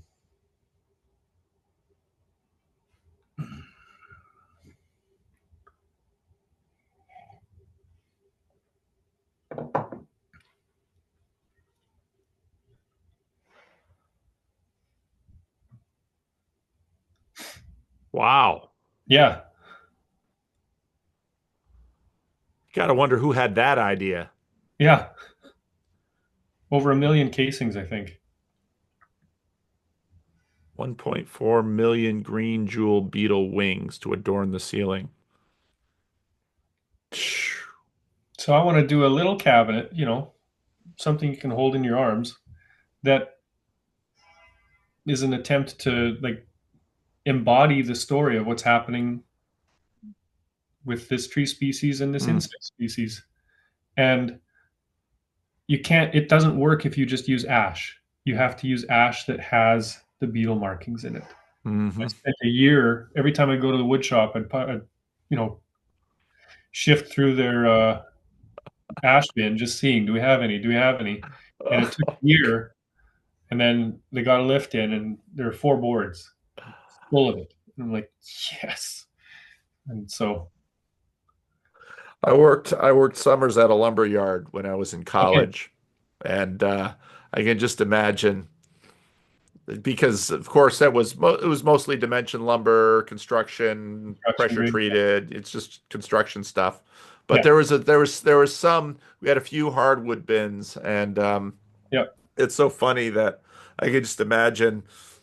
Well, I'm sure it's a different type of place that you're going to, but it'd always be so frustrating just being a worker there and someone coming to turn over a whole bin. It's like, oh, yeah, God, yeah, I yeah. gotta, I gotta, I gotta, I gotta put that bin back, otherwise this wood's gonna go.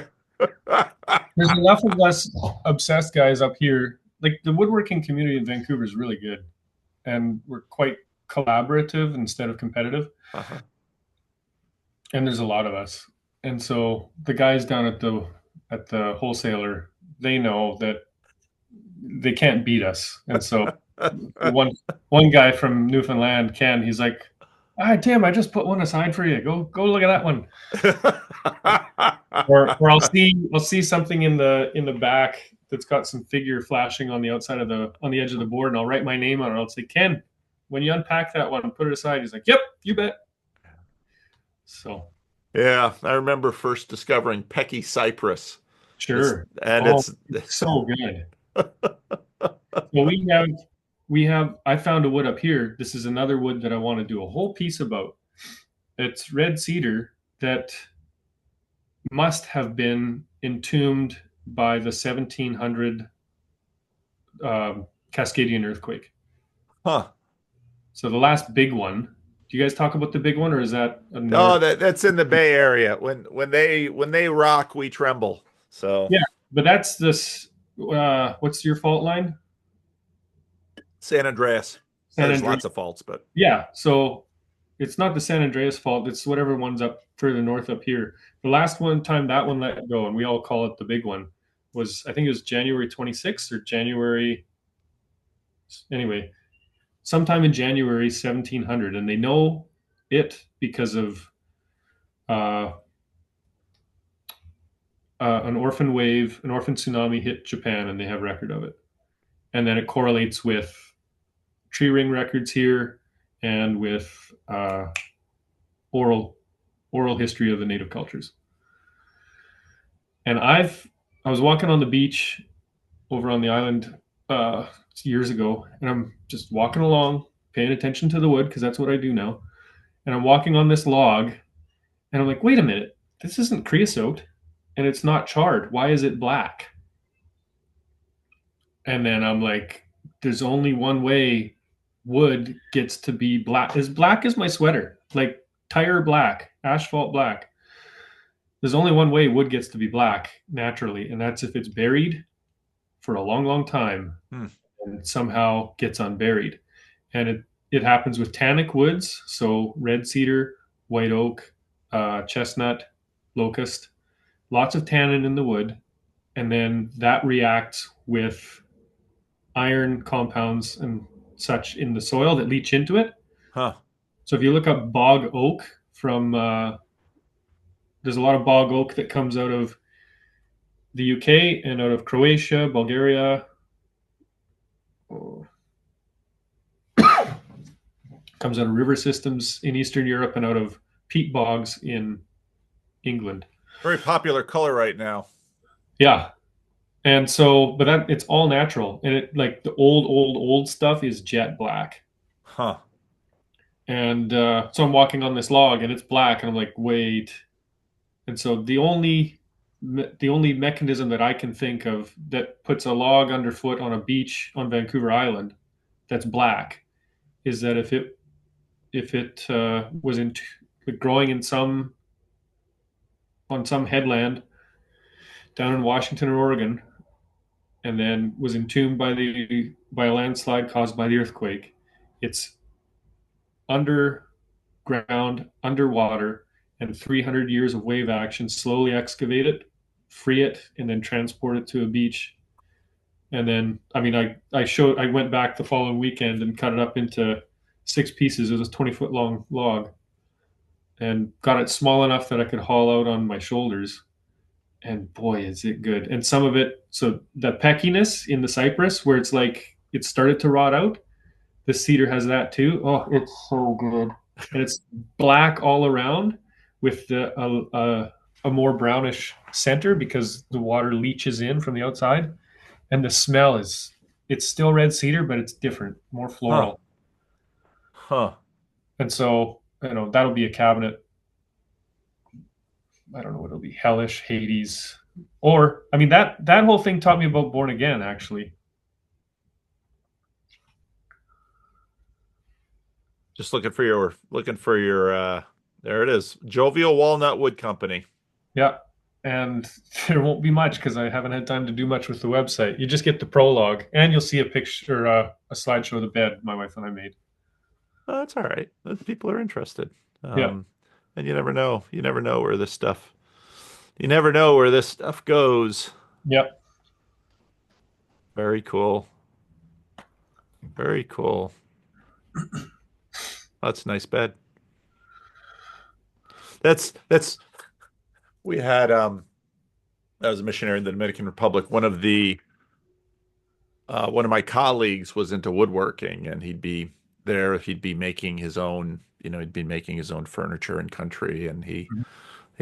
had a little shop that he was working. And my wife was like, "Why don't you have that hobby?"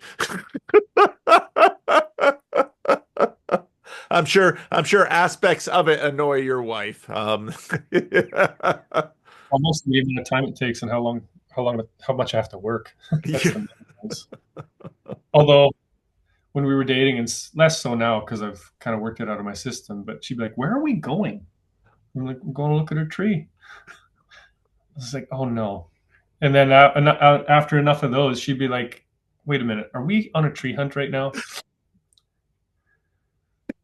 We're just There's driving a along, just checking up on a site." there's a couple in the church. They're in their 90s now, but I'm told by their kids he eventually was the chief hydrologist for the state of California, which is a really important job in California.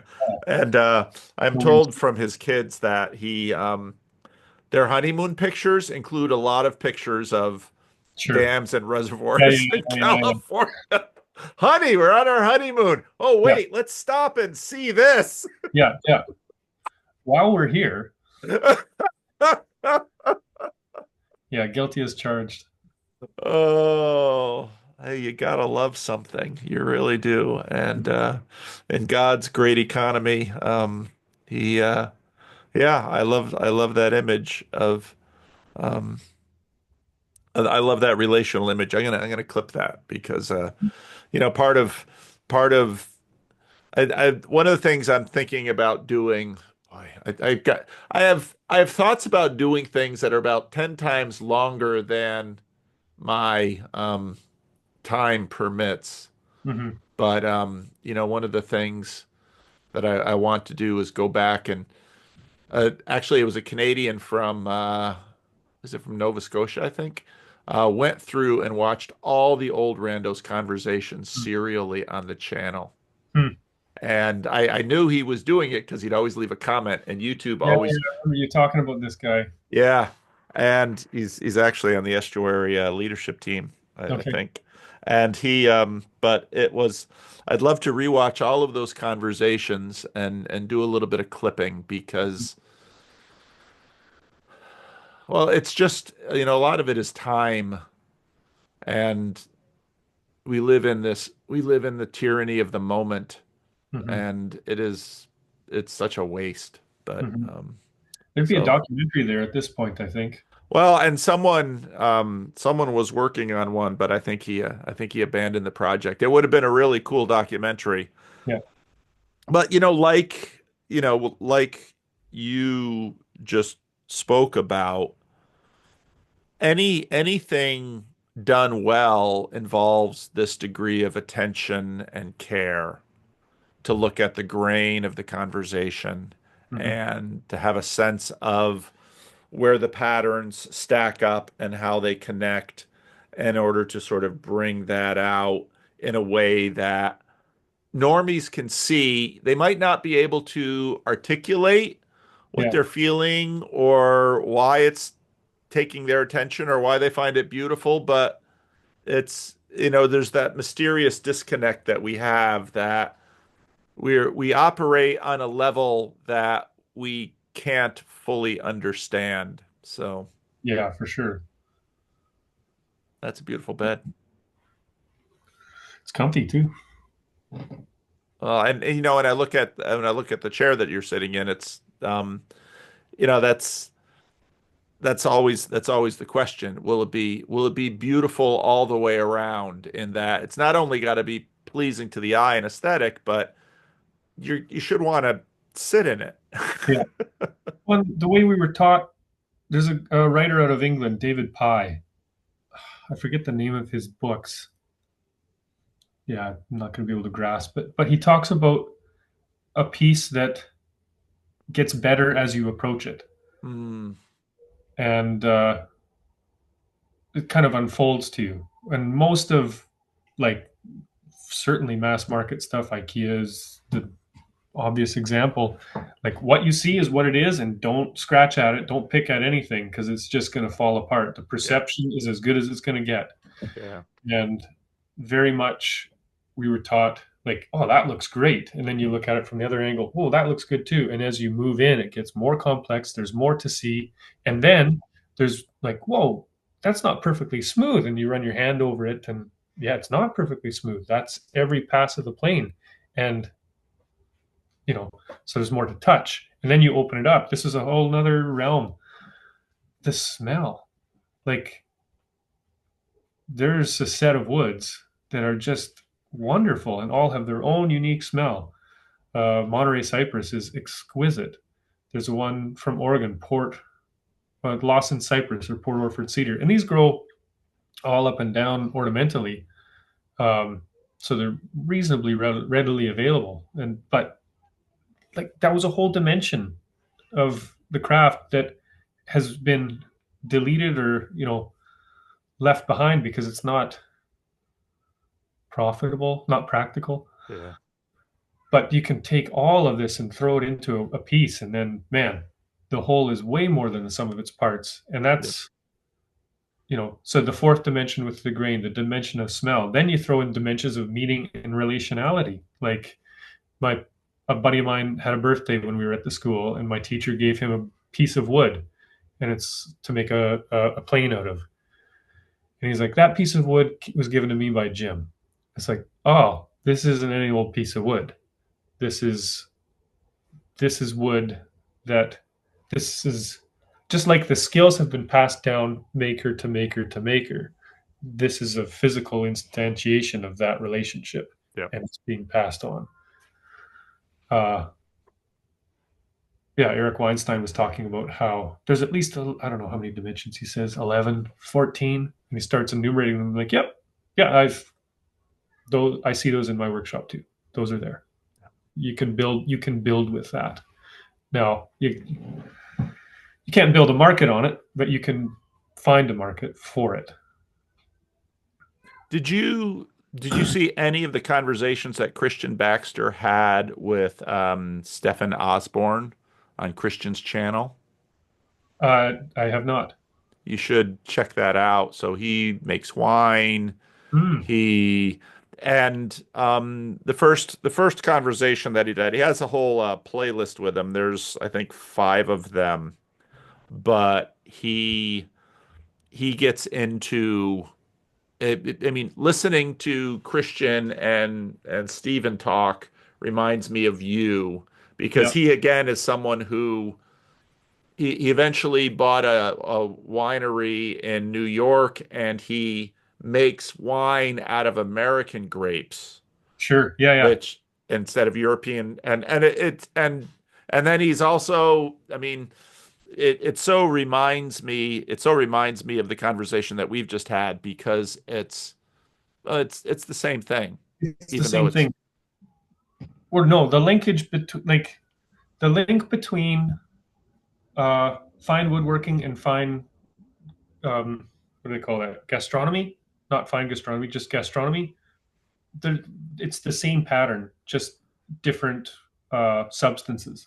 yeah, yeah, Like the walnut that grows in Turkey is outstanding. It's same tree, just like it's the same like Cab Sav in California versus Cab Sav somewhere else. yeah, Same grade, yeah, but the qualities of it are completely different, and yeah, the best is yeah, in Turkey. yeah, Uh, and then it's like, well, that's a clue. This is why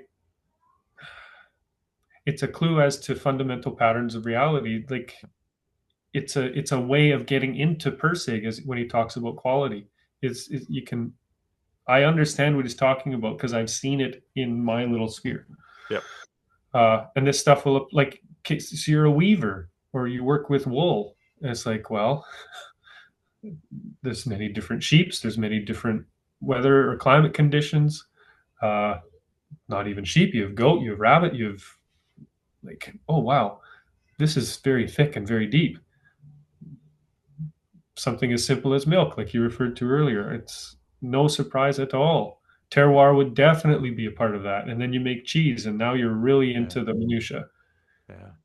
So if you travel with Vendonk, who he's he'll if he has time, he'll want to find a dairy mm, and he'll want to taste it because it's not just milk. It's of course Vendonk came yeah, to British Columbia and then to the United States yeah, via dairy. yeah, And no, it's all over. It's everything's got it beneath it. So yeah. And I think our market makes money off of erasing that. yeah, yeah, And yeah, then I think the marketplace, the people who live in it, we're so ready for meaningful stuff. yeah. Well, my time has ended. Yes. Um, but this was absolutely a delight, Tim. I'm so glad that you made the trek down to Bellingham Yeah.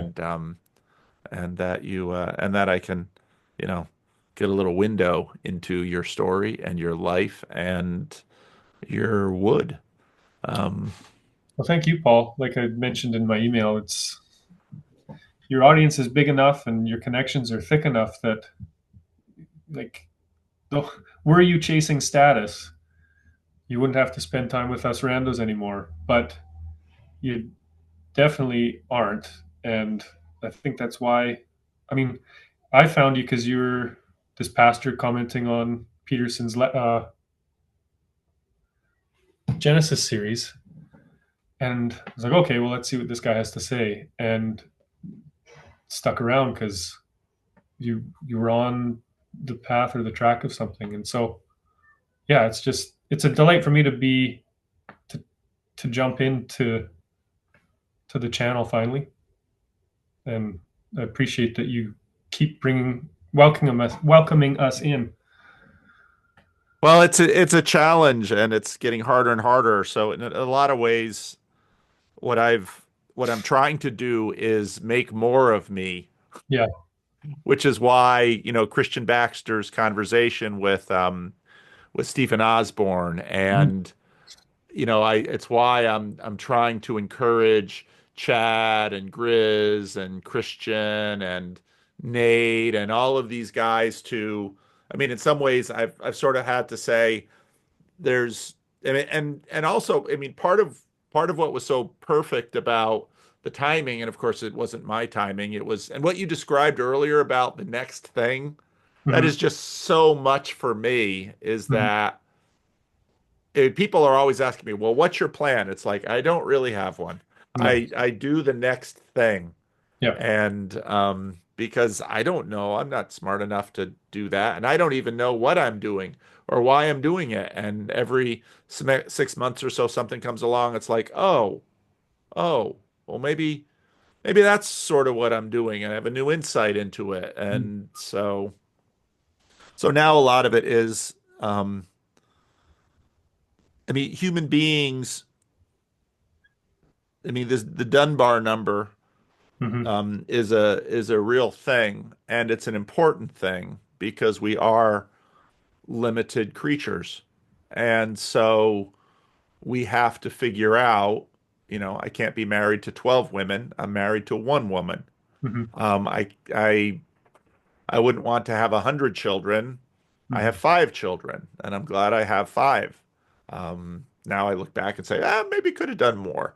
Mhm. But back then it was like, I don't think we could do more. Yeah. So it's all sort of the next thing. And so, because the difficulty is I can make relationships with many people, but it's sustaining the relationships. I mean, you've discovered this for wood, and that might be the rest of your life, or it might be decades, but Or you only have, yeah.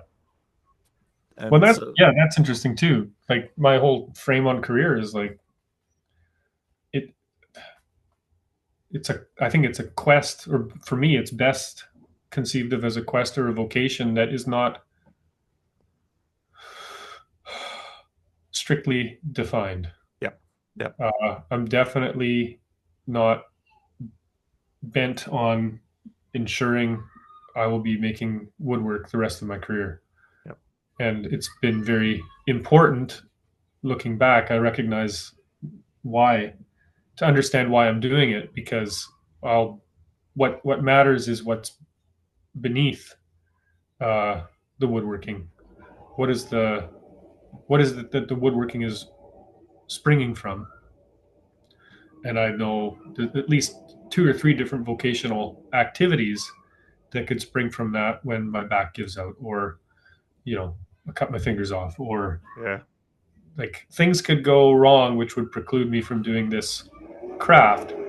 But there's a work that underpins the craft that can work itself out in a number of other areas. And Yep. yeah. No, and God, who is working his lathe on you, is that's part of what he's doing. And Mhm. again, and so we learn to trust him. But I got someone here I got to talk to. I'll let you go. So Tim, it was great talking to you, Yeah, you and too, Paul. I'll be dripping this out over the next little while. It's a 3-day weekend this week, which means probably I'll put this out to the whole channel Monday or Tuesday next week. So, Yep, that you will.